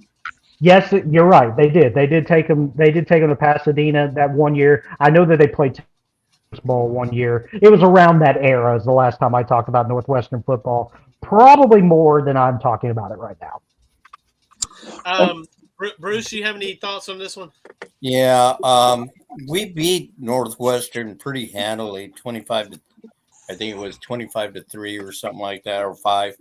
And if Indiana had any type of defense and they can stop their quarterback, they have a halfway decent running back. It's all Indiana because they have really nothing. I hate to say it, but the most discussion about Northwestern this year hasn't been about their football team. It's been about the fact that they've been playing at a soccer stadium right next to Lake Michigan because their stadium is being completely rebuilt. Yep. That's all you need to know about Northwestern. Indiana But wins we this game. can't really talk crap about Northwestern coming from a season of only winning one game and then last year actually winning some and looking like a decent team. So maybe they'll have a little bit of hype coming into this game, but I do think Indiana takes it. Just for Indiana success for Indiana is measured different than it is for the big programs. If you make a bowl at all at Indiana, it's a big deal. So Indiana gets this game, they'll win it. Then they get a bye week, and then things start to ramp up. Nebraska comes to town, then Washington comes to town, then they have to go to Michigan State, and then they host Michigan. So that Are you saying that Ed's going to get quiet about Indiana? I would. Can I just say that you saying it gets ramped up when Nebraska comes to town, it's like the 90s again, because we haven't seen that in a long time. Matt Rule. Yeah, hey, Nikki, feels you called good. it yourself. You said that this was this the second year for Matt Rule, and Yeah. this is when things usually take off for his team. Yeah, and I do, but it feels good hearing it. College football is better when Nebraska's good. College football is better when the teams I hate are good. But it's just really it is. It's been so long to be able to say that someone's season actually starts getting tough when Nebraska comes to town. We haven't seen that in 15 plus years. I will say this about Indiana. Kurt Signetti will be at a better program maybe as soon as next August. Well, or it seems January, like or January, to be honest. It seems like Nikki is longing for the days of the option run with Tommy Frazier at quarterback. Well, that was Oh, yeah. Well, no, I didn't like those days because they kind of beat us. Yes, But Uh, yeah, I do. Did they I beat do, Florida? so. I don't remember that, Nikki. Yeah, yeah, No, they I'm just did. messing with you, Nikki. Uh, Yeah, it was no, really, really ugly. They so cheated. number one, Alabama goes on the road to Vanderbilt, to Nashville. Is this a trap game, guys?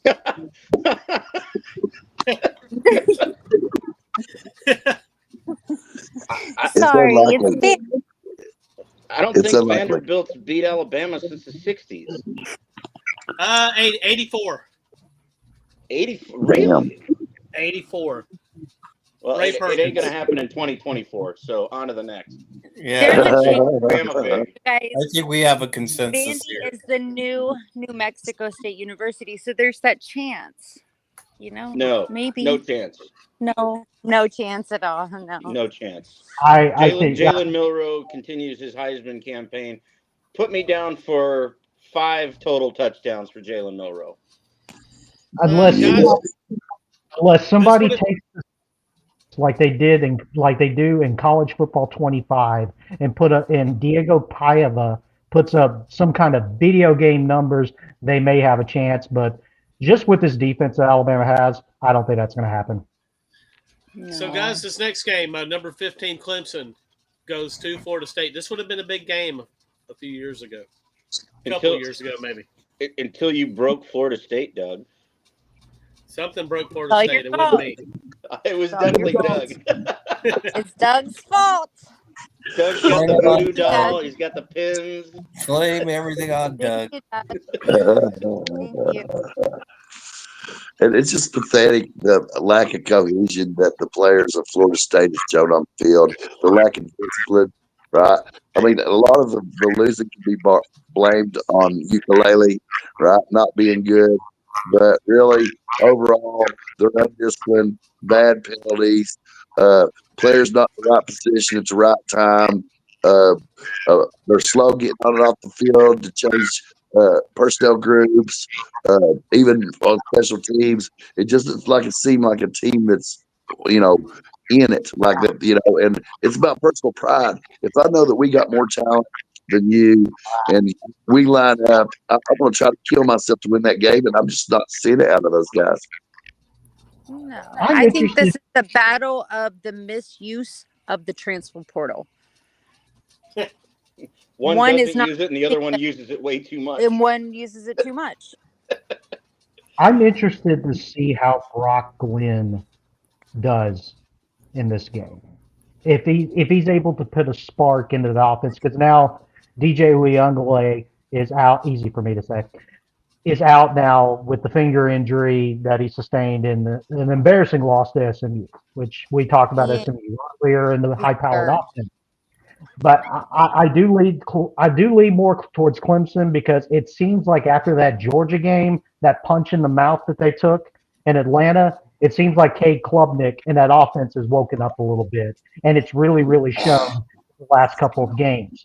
But the one reason I would watch this one is just to see if Brock Glenn is able to bring a spark to an offense that Florida State just hasn't been able to find, even going up against the woke agenda of Cal. I think Cal's better than people think, right? I think that Cal has a solid defense, but on the other hand, I wonder if the reason that DJ Ukulele is out is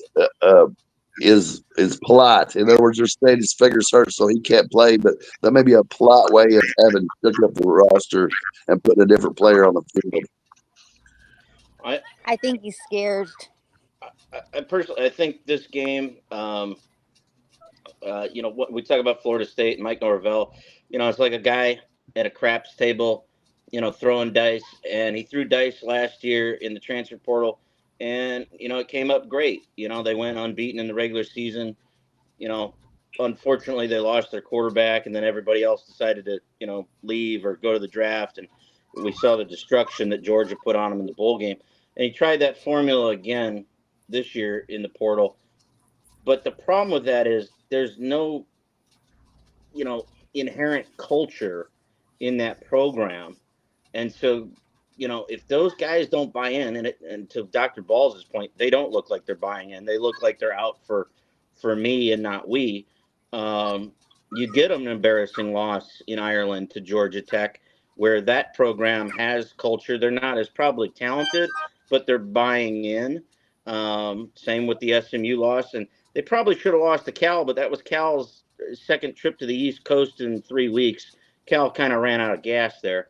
But the other side of the coin, to Jason's point, is Clemson definitely got punched in the mouth by Georgia, no doubt.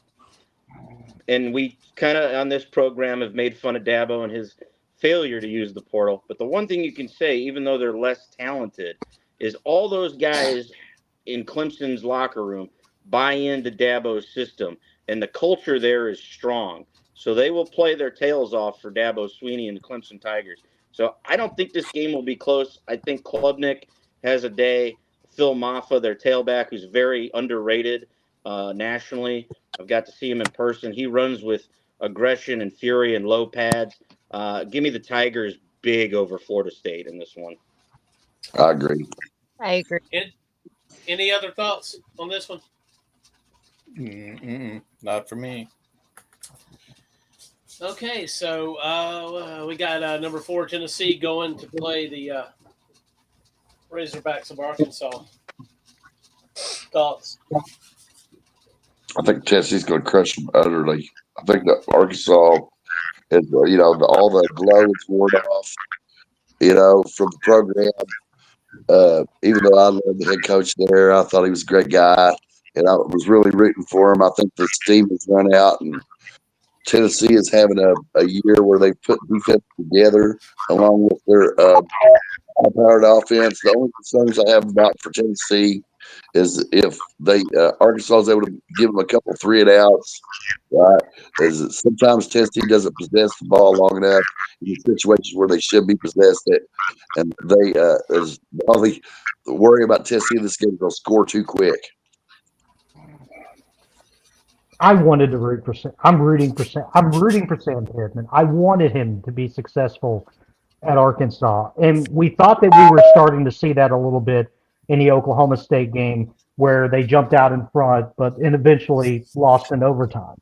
You did see them get the win over Auburn, but then you turn around with a matchup like with Texas A&M, and they fall short again. Going back to your point, I think you're right. I think maybe a little bit of steam is now starting to fall away from it. I don't know if a lot of it is just, mental fatigue, lack of confidence. I don't know that. But it just seems like from the trending standpoint that it may be fizzling out a little bit. And it comes at the worst time when you've got one of the top offenses in the country that may be coming through who wants to prove a point. Like Tennessee, they got their win over Alabama 2 years ago, and they were riding a cloud until they got beat by South Carolina. They've been wanting to go back and prove it again. This is a prove it season for Tennessee, and I don't think they're going to let off the gas one bit. I think I completely agree with Jason. You got to root for a guy like Sam Pittman. He's a great coach in a tough spot. Arkansas is not a hotbed of talent internally as a state for recruiting, and it's tough to get players there. Just hope they keep it close, but I got a bad feeling. Hey guys, do y'all hear Darth Vader talking? Yeah.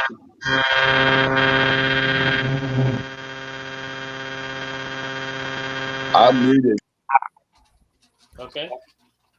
There we go. I'll just muted through that. I also hear little beeps coming in and out, almost like we were trying to have a show when I was in the hotel in Louisville, and they kept on putting that crazy beeper. But it looks like it's alleviated now. But I'm wondering I thought Sam Pittman was probably going to be the answer at Arkansas for them to reach a certain level of success. 8-9 wins every year.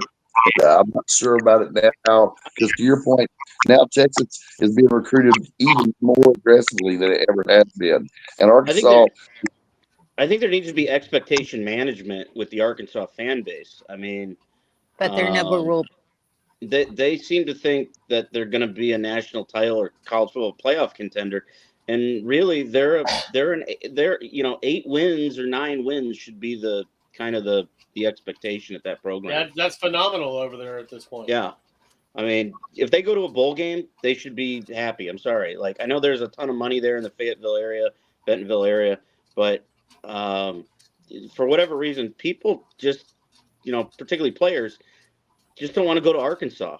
It is what it is. Like, you look at the recruiting rankings right now. Where are they sitting? I'm guaranteeing you they're not in the top 8 in the SEC itself.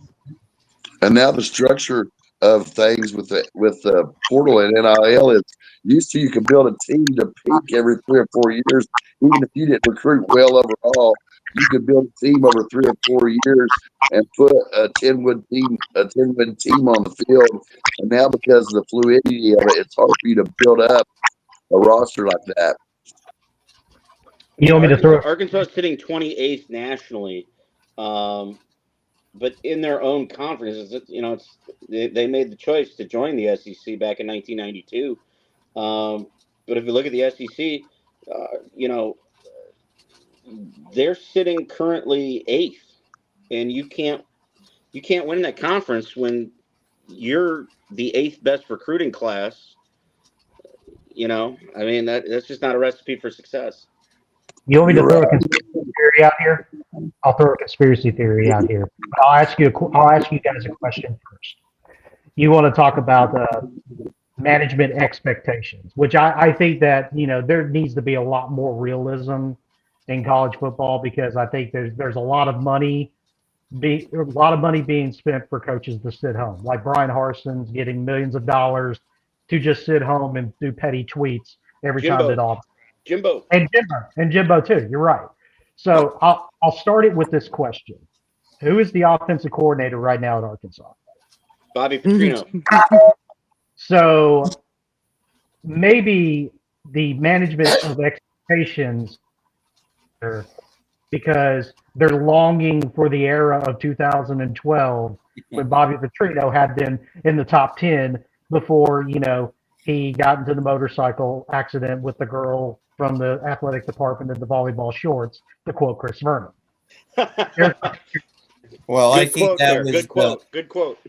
I mean, that was the thing when he got hired at Arkansas, was specifically he was made there for the wings. When the head coach screwed up, Petrino was going to come in, and that was a no-brainer. Period. Well, there's where so that's what's going on. We're waiting for Petrino to jump back in. I'm sorry, that's what I'm seeing, and that's what half the country probably thinks. I'm just throwing it out as a conspiracy theory. That's all. No, I don't think it is. There has to be something. We're talking about standards here, and they already threw those standards out the window when they rehired him after firing him the way he was fired. But they love him those there. Standards. They would not have hired him back if they didn't like him, Nikki. Yep. Exactly. They wouldn't have. Bruce is right. Bruce, you need to lead. Bruce, you need to lead this one off for us. Number 10, Michigan goes to Washington. Bruce is This calling is the going to game, be so he won't give a pick. barn burner, and I'll tell you why. It's 73,000 people will be packing in that stadium. This is sold out. It's in prime time. It is one where if we can get out of our own friggin' way and actually score some points in the red zone with our offense, I think we can have opposite. But I can see Washington win by 3 or get crushed by Michigan by 10. So that's how I look at it. And but I don't think Michigan is the team that they were last year. And I just see their quarterback is not proficient. They have a good running back, and their defense is above average. So that's how I look at it. It's all in what UW wants to do, and they have a big chip on their shoulder because you don't go into the red zone 7 times and come away with you know what in your hand and think you're in any contention. But all be that it you'll hear a noise level you haven't heard in a long time in Husky Stadium. A long time. And I agree with you there, Bruce, because I think that Michigan has to play a very conservative game to win this year. And I think that their number 10 ranking is a bit generous based on the fact that they won the Natty. But most of those guys went on. Their quarterback play is average, at least by Michigan standards and Big Ten standards. And even though I feel their defense is pretty darn good, and they've got a decent offensive line and obviously outstanding running back, they have to play a real conservative game. And playing conservative is not playing to win, right? Sometimes it can be if that's the only option. But if you're going into a hostile environment such as Washington against a team that wants to prove that they belong in the conversation and has heart, it's going to be I think it's going to be a tough game for Michigan. I think Washington's going to win this game. I think Washington wins it too. And I think it's because every other team right now has been watching film on Michigan and they kind of know what's going on. I think Washington has a good enough team that they've been studying that film and they're going to be able to know what they're doing next. I don't think would say Michigan's one thing, defense or we have offense. a exceptional running back in Jonah Coleman, who's a friggin' beast. And Cam Davis and Adam Muhammad, who is a freshman running back, is exceptional also. So, we do have some weapons, but Michigan's defense with the 2 returning players are really stout and on the line. So you guys got me back. But each week is too Can close. I make a quick point? Go ahead. In total passing yards, the University of Michigan this season, and we're 5 weeks in, has only outpassed the following institutions: Kennesaw State, New Mexico State, Louisiana Monroe, West Point, and the Air Force Academy. Are you sure they're ahead of Kennesaw State? Michigan's just barely ahead by 5 yards, Doug. Well, 5 yards. Tell us this, Sean, real quick. Where the fuck is Kennesaw State? I believe it's in Georgia. Because I know all my states, and I ain't never heard of no fucking Kennesaw. It's in the state of Georgia. But I got you. If this game is close and Washington can get a lead and Michigan needs to pass to win the game and not play bully ball, which is what they've been allowed to do, Washington can win this game. And so it's behooving upon the Huskies to get out to a lead, as we saw when Texas beat them in their own building.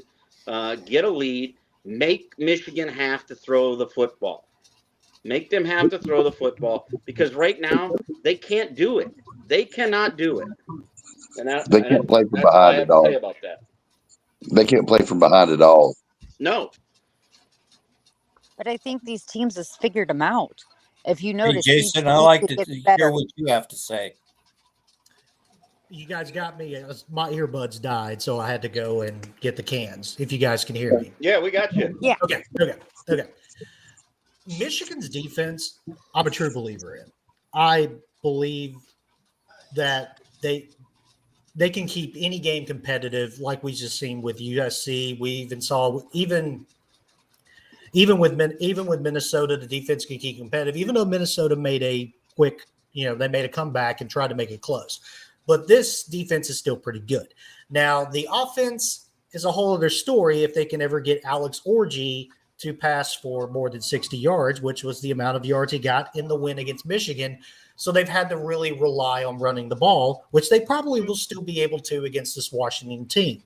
Now, Washington, under the first year with Jed Fish, they have Will Rogers coming in, a quarterback who, by the way, holds the SEC record for most passing yards in a game, if I remember correctly, when he spent some time in Starkville with Mike Leach. Most completions, too. Rest in peace, Mike Leach. We love you, Coach. Yes, Love RIP to the pirate. But yeah, I think that's interesting for that simple. That's what I want to see. I want to see how Will Rogers is able to just be able to move the ball against this defense. What kind of game plan the Jed Fish is going to have from that standpoint. But I think that Michigan, the defense, is going to be able to keep it close. It's going to come down to if Washington is going to be able to slow down Michigan, if Michigan doesn't slow down themselves. So it's another one of these like unique matchups where you look at it and it's like, oh, Michigan should be able to pull away from this one, and they may just do that. Well, I think the question would be to Bruce because he knows the Husky program so well. But I think to pivot off your point, Jason, is can the Washington offensive line provide time for Will Rogers to do what he can do, from the pocket? If Washington's O-line can't stand up to that Michigan D-line, it'll be a long night. But if they can protect Will Rogers, there are opportunities in that Michigan secondary, as we saw by Miller Moss in USC. One thing I will say, Denzel Boston is has the second highest amount of TDs this season in the collegiate football. So he has weapons, and I think we have a far better wide receiving core than Michigan has, and I think that could be the game combined with the running backs that we have, the balanced running backs that we have. And I think if it comes down to coaching, I think personally, from what I've seen so far, Jed Fish coaches a better game than Sharon Moore. That's just my opinion. I could be wrong, but Sharon Moore is stuck with the traditional Michigan offense. I want to ask Bruce a question real quick in regards to Washington, because it feels to me like when Kalen DeBoer left to go to Alabama, which, by the way, shout out to the folks who thought that he was going to be Brian Harsin 2.0, and they can put on their dummies. They can put on their clown makeup and they can honk their nose twice. Everyone on this podcast knew DeBoer was going to kill it at Alabama. We knew it. Oh. We knew it. Yeah, I mean, I knew it, and that's why probably I'm not as volatile or angry as a lot of fans are here who hate his guts. I mean, if they could burn him in effigy, they would. But the dude's a winner. He's a winner. Won everywhere he's been. Been. So I can't. My hat's off to DeBoer and to Grubb, our past offensive coordinator, was fantastic. I mean, in fact, I think, and this is my honest opinion, is that he was the glue and kept everything together and really set the game plan up for Washington. Brilliant mind, brilliant offensive coordinator. I just can't. That's why the Seahawks picked him up.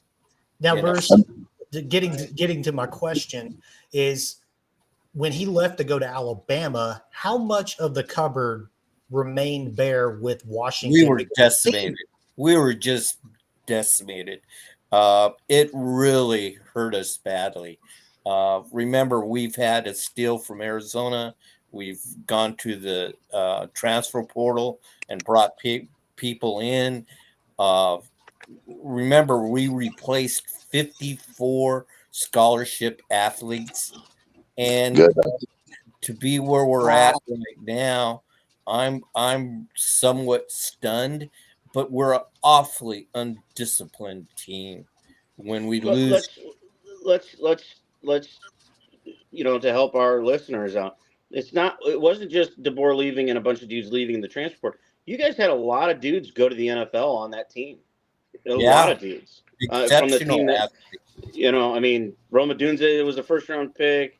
Michael Penix was a first-round pick. I mean, you could probably go through the list, Bruce, but that national championship game team lost a lot of great players to the National Football League. I mean, we did. You don't easily replace those guys.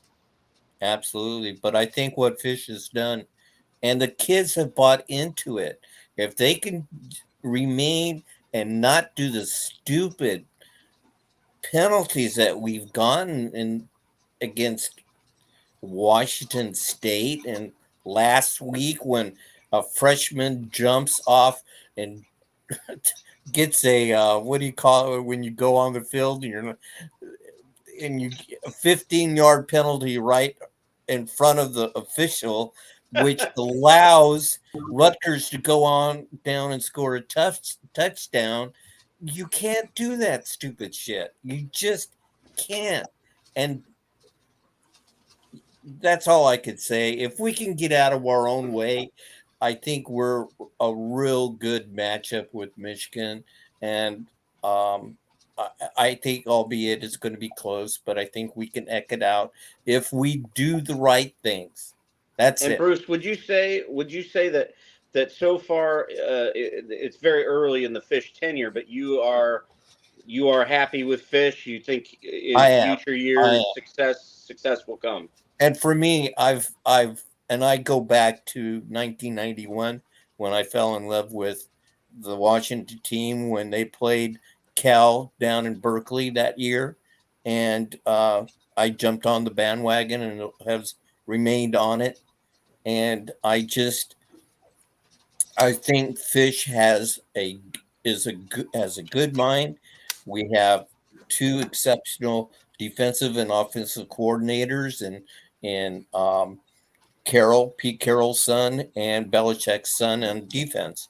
And we have a good foundation to go. We've had a very good recruiting season so far.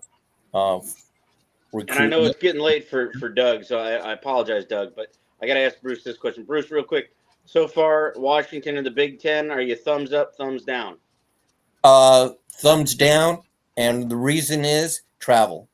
And I think that's going to hurt all West Coast teams. Traveling all the way, it's not good, and I don't think it's good for Michigan. I just don't like it. That's the biggest thing. The competition I love. I was Okay. going to say, but you got to love these matchups that you're seeing. Oh, Washington. I do. I mean, this next 6 games that Washington's going to come up with against Oregon. We go against Penn State on a whiteout. It's that's great football. I love it. I like that competition. You only get better by playing the better opposition that you can. Iron sharpens iron. That's iron it. sharpens iron. There's no other way to do it. And no, it's the only thing that I dislike is the amount of travel that in this conference from coast to coast, and the expense of it to all the universities. Well, the players are going to be getting their Alaska Airlines miles. We'll just, Yeah. One more, guys, and then we'll call it a night. This is an interesting ACC matchup. All I never coast thought conference, I never thought I would even all be coast conference, and never thought I would say Miami would be heading over to Berkeley for a conference game. And your boy's going to be there. I'm going to be in the stands. Oh, good. That's right. You get a live smacking off from me. So who are you rooting for in that, Sean? Well, as you know, as everyone knows on this podcast, I'm a diehard Notre Dame fan. But I grew up in the 80s. I want Miami to be back. I want Miami to be back because I love those games. Miami being a, bottom dweller made me sad. I don't like that. And frankly, there's a lot of, when you go on the academic side of things, you take athletics out of it. The University of Notre Dame and the University of Miami academically have a lot of, if you go to undergrad at one, you might do your master's at the other and vice versa. So realistically, academically, the two universities are very aligned. And both have kind of been down since the heyday of Catholics versus convicts in the 80s and early 90s. So, and I have no love for Cal Berkeley, to be honest with you. I live and work out here, but I'm not from here originally. So I found myself at a sporting goods store. I somehow found one, a Miami hat, and I'm going to wear that to this game. And I'm going to be rooting for Cam Ward and the Hurricanes to keep being unbeaten. Because here's a crazy little stat, just to jab at the Miami fans a little bit. Notre Dame has been to an ACC championship game more recently than the Miami Hurricanes. And Notre Dame is not a full-time member of the Atlantic Coast Conference. So, and by the way, since they've joined the Atlantic Coast Conference, the Miami Hurricanes have never won. Hold up. All Coast Conference. Oh, yeah. They've never won the conference since they've joined. Well, now that it's changed to the All Coast Conference, I think they will. The all, You know? I expect It's their them to time. win this game. The spread I would take if you're betting this game. Take Cal, because right now I think Miami is a 14.5-point favorite, which is a bit much, because I will tell you, living out here in the Bay Area, Cal fans are jacked. Game day is going to be there. Their students are going to be excited because the first time ever game day is at Cal Berkeley. And California Memorial Stadium is a traditional bowl, very similar to the Rose Bowl, except on a smaller scale. Seats about 62,000. It's going to be raucous. They moved the game time. It was supposed to be originally a local 3 o'clock kick to now it's a local 7:30 p.m. kick. Real bad for the Miami fans because that's 10:30 p.m. Eastern time. So y'all might want to put an extra pot of coffee on if you want to stay up and watch All Coast Not in Conference football. Miami. They're out partying at that time. I would say they're already at the clubs Coke at that is point. just getting hit. So late night kick for the Cane fans in South Florida. But it should be a hell of a game. I don't like the line. I don't think Miami covers 14.5. Give me the Canes by 7. 27-20, we'll call it. I like that score. I think Well, that's a score. Mr. Wilcox is an exceptional defensive coach, and if they can do some damage, they'll do it. Miami's not going to walk out of there but not having any scars. Let's put it that way. They're going to get beat up pretty good. Okay, guys, let's recap. So I said that Cam Ward right now is my front runner for the Heisman. Stayed by my tweet that I did earlier. I said that Miami is back, at least for this season, because of the quarterback that they have in Cam Ward. And I truly believe they're in my national championship contender tier. Having said that, I've been sucked in by the Calgorithm on Twitter. I am completely stuck. And I know that I know some COVID shade was thrown a little earlier with Miami, with Notre Dame being in an ACC championship game that they were back in 2020.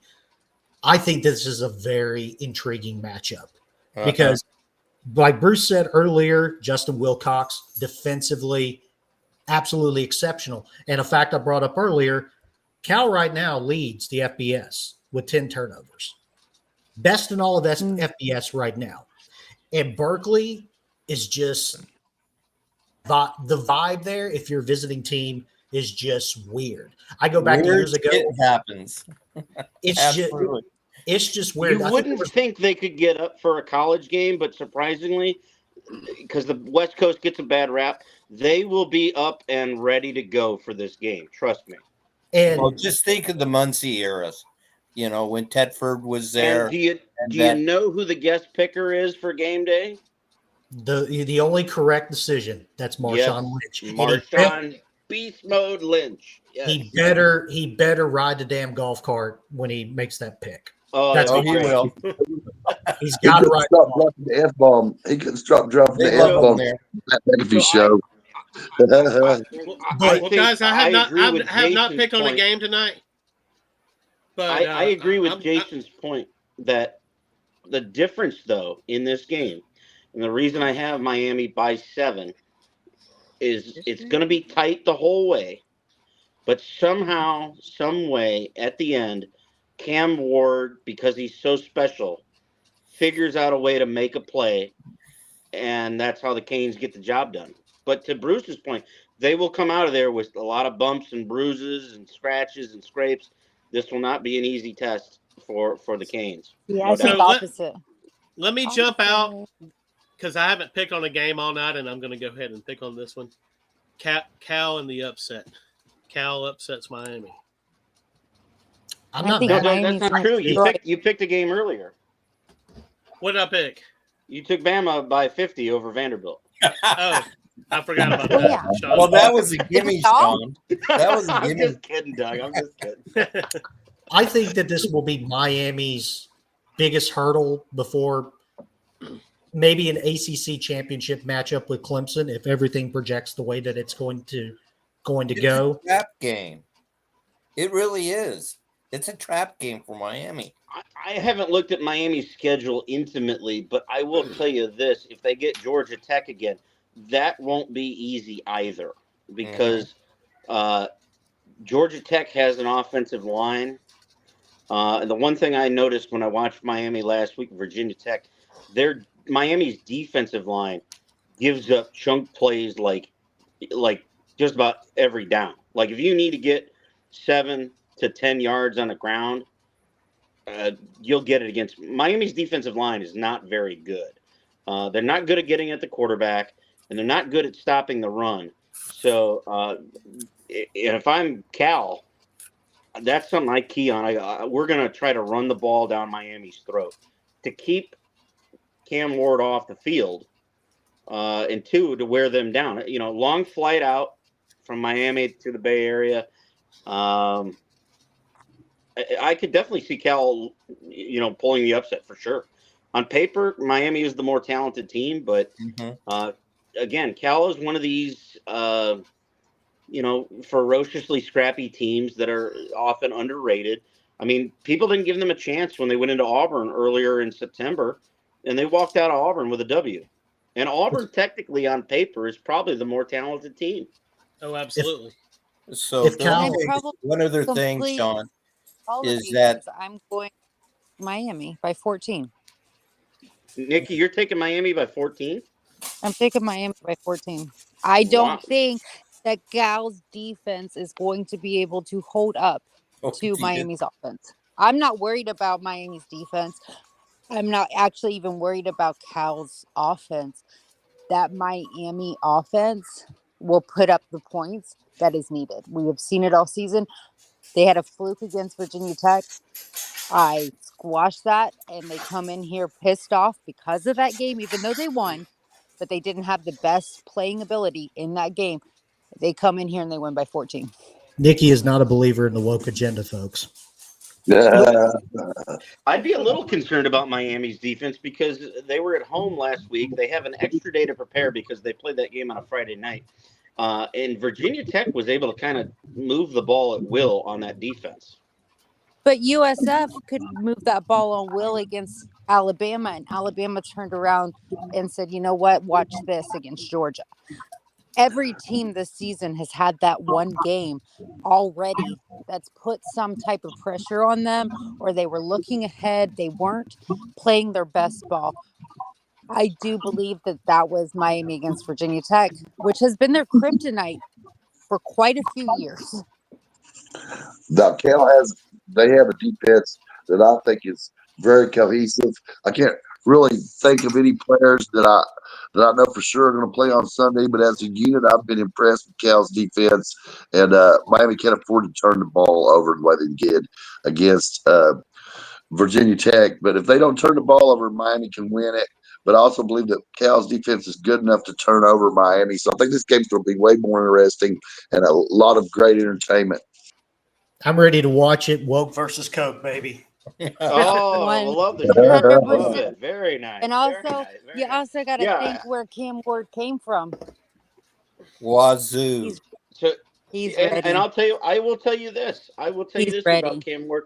The reason I'm so impressed with Cam Ward and his transition kind of at Miami was I saw Cam Ward in person last year when Washington State visited Oregon. I was at that game, and I frankly came out of that game underwhelmed by Cam Ward. And when he was in the portal, I was like, really? This is But Mario Cristobal saw something in him, was able to, and certainly he's got the receivers there to throw to versus, Washington State. But credit to Cam Ward, he got into the Miami system. They've kind of, shined up the diamond, so to speak, that was under the rough, that we kind of saw flashes of at Washington State. But then you saw games where you go, what's all the hullabaloo about this kid? He turned the ball over 3 times, yada, yada.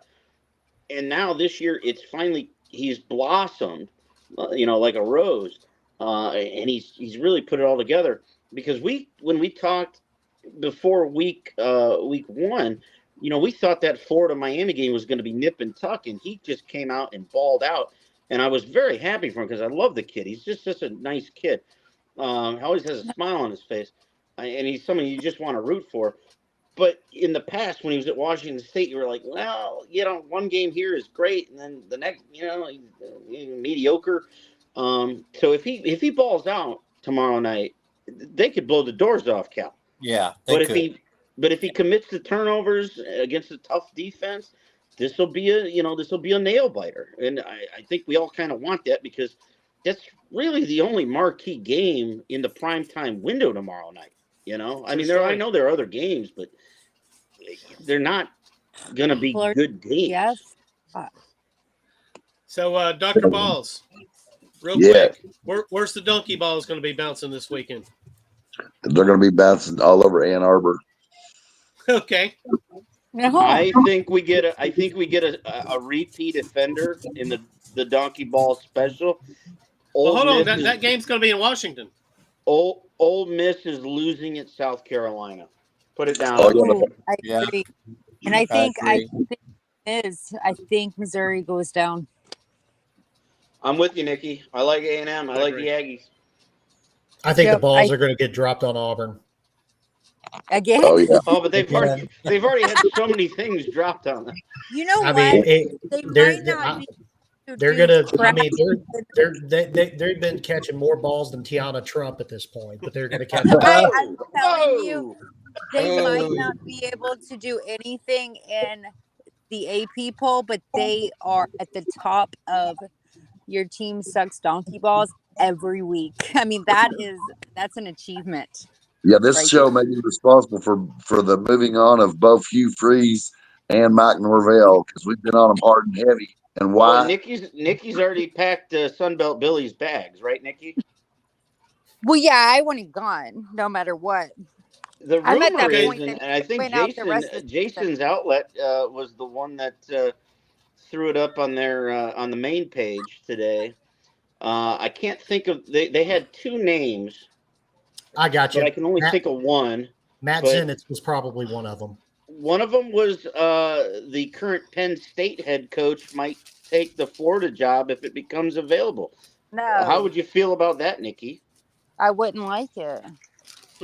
James Franklin to That's Gainesville? when he was at Vandy, so I definitely don't want him on my end. Well, when he was at Vandy, he took Vandy to a bowl game. Yeah, but he couldn't. Well, I don't want a coach that could not defeat us. I need a coach that has some type of record if they did play against us. Florida always has more talent than Vandy, so I'm not going to hold that against James Franklin. Well, you can't say that because they beat us last year. And Lane Kiffin was the other one. So Lane Kiffin, I'm looking at the CBS. Well, you know that's who I want because I like a cocky, mean coach. Was it Matt? It might have been Matt Zenitz or Brandon. No, well, I'm looking at the CBS Sports College Football homepage right now. The Insider Notebook says Lane Kiffin and James Franklin are the inside rope for Florida's potential coaching opportunity should they move on from Sunbelt Billy. So, I'll add a little context to that. Go Lane ahead, Jason. Kiffin is working. Me manifesting Lane Kiffin is working. Nikki, you just love Lane Kiffin. So I do. I love that he is cocky and he's an asshole and he I reminds me of the despised old Lane ball Kiffin, coach. and I was glad that Al Davis fired him with cause. Oh, yeah. That was I like awesome, it. and he took it on his back. Like he got up He and ran walked my off and had a Raiders good into time. the ground, is what he did. So Please I don't. wish the worst on Well, Lane. remember what USC did to him at the airport? They Well, left that was him on great. the That was tarmac. great.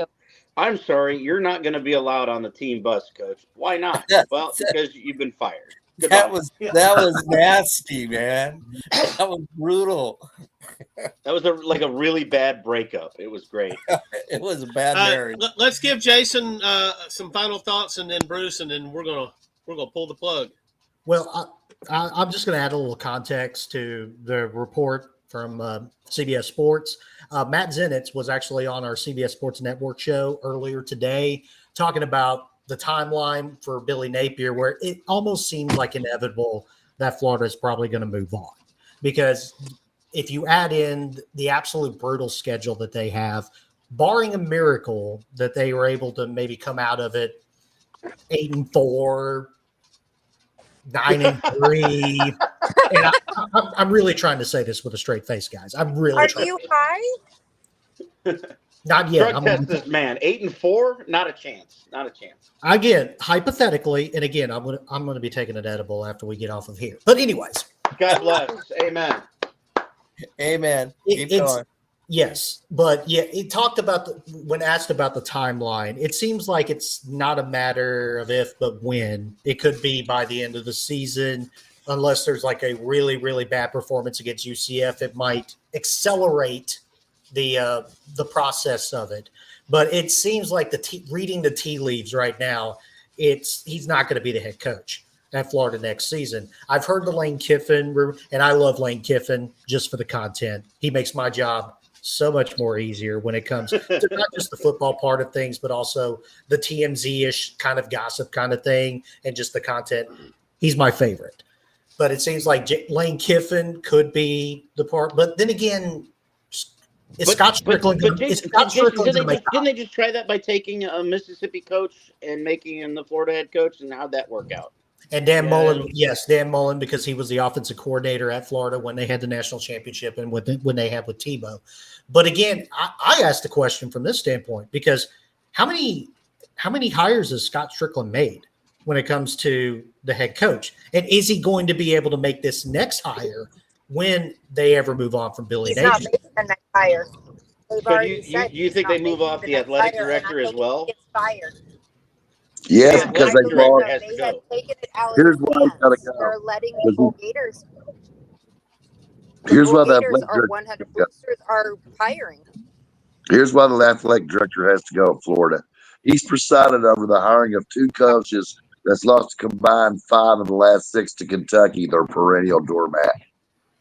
And not only that, but the money that they spent. Florida State. This is Florida. This is a premier job in the SEC conference that has won in the last 27 years 3 national championships. This is unacceptable. I agree. Strickland has to go. It's Billy. Bruce, do you have any more? Bruce, do you have any final thoughts? No, I've really enjoyed being on this panel tonight. It was great meeting you, Jason. I think you had some really good interesting. Jason's awesome. We want him back. Bring him back. Yeah, go Jason. John, Go Jason. You're the stalwart. You bring up some great points. Dr. Balls, my good buddy, who plays. We love Dr. Balls. Yeah. Hey, Dr. Balls, guess and what? Nikki, I love you. Hey, Dr. Balls, guess what? What's up? One of my favorites. 39 days till tip-off, baby. I know. I'm excited. I'm so College excited. basketball coming back, man. Can't wait. By It's the a big way, I love it that me and Jason have been having these talks, but in bars since like 2004.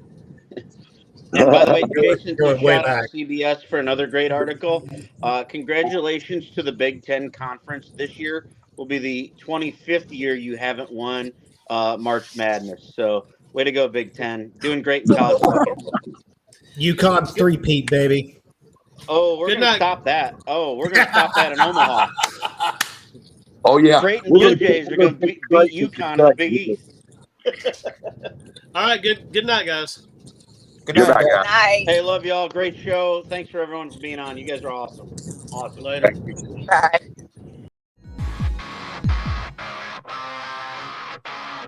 Smacking off the podcast. Fuck your city, dog balls. Because sports authorities.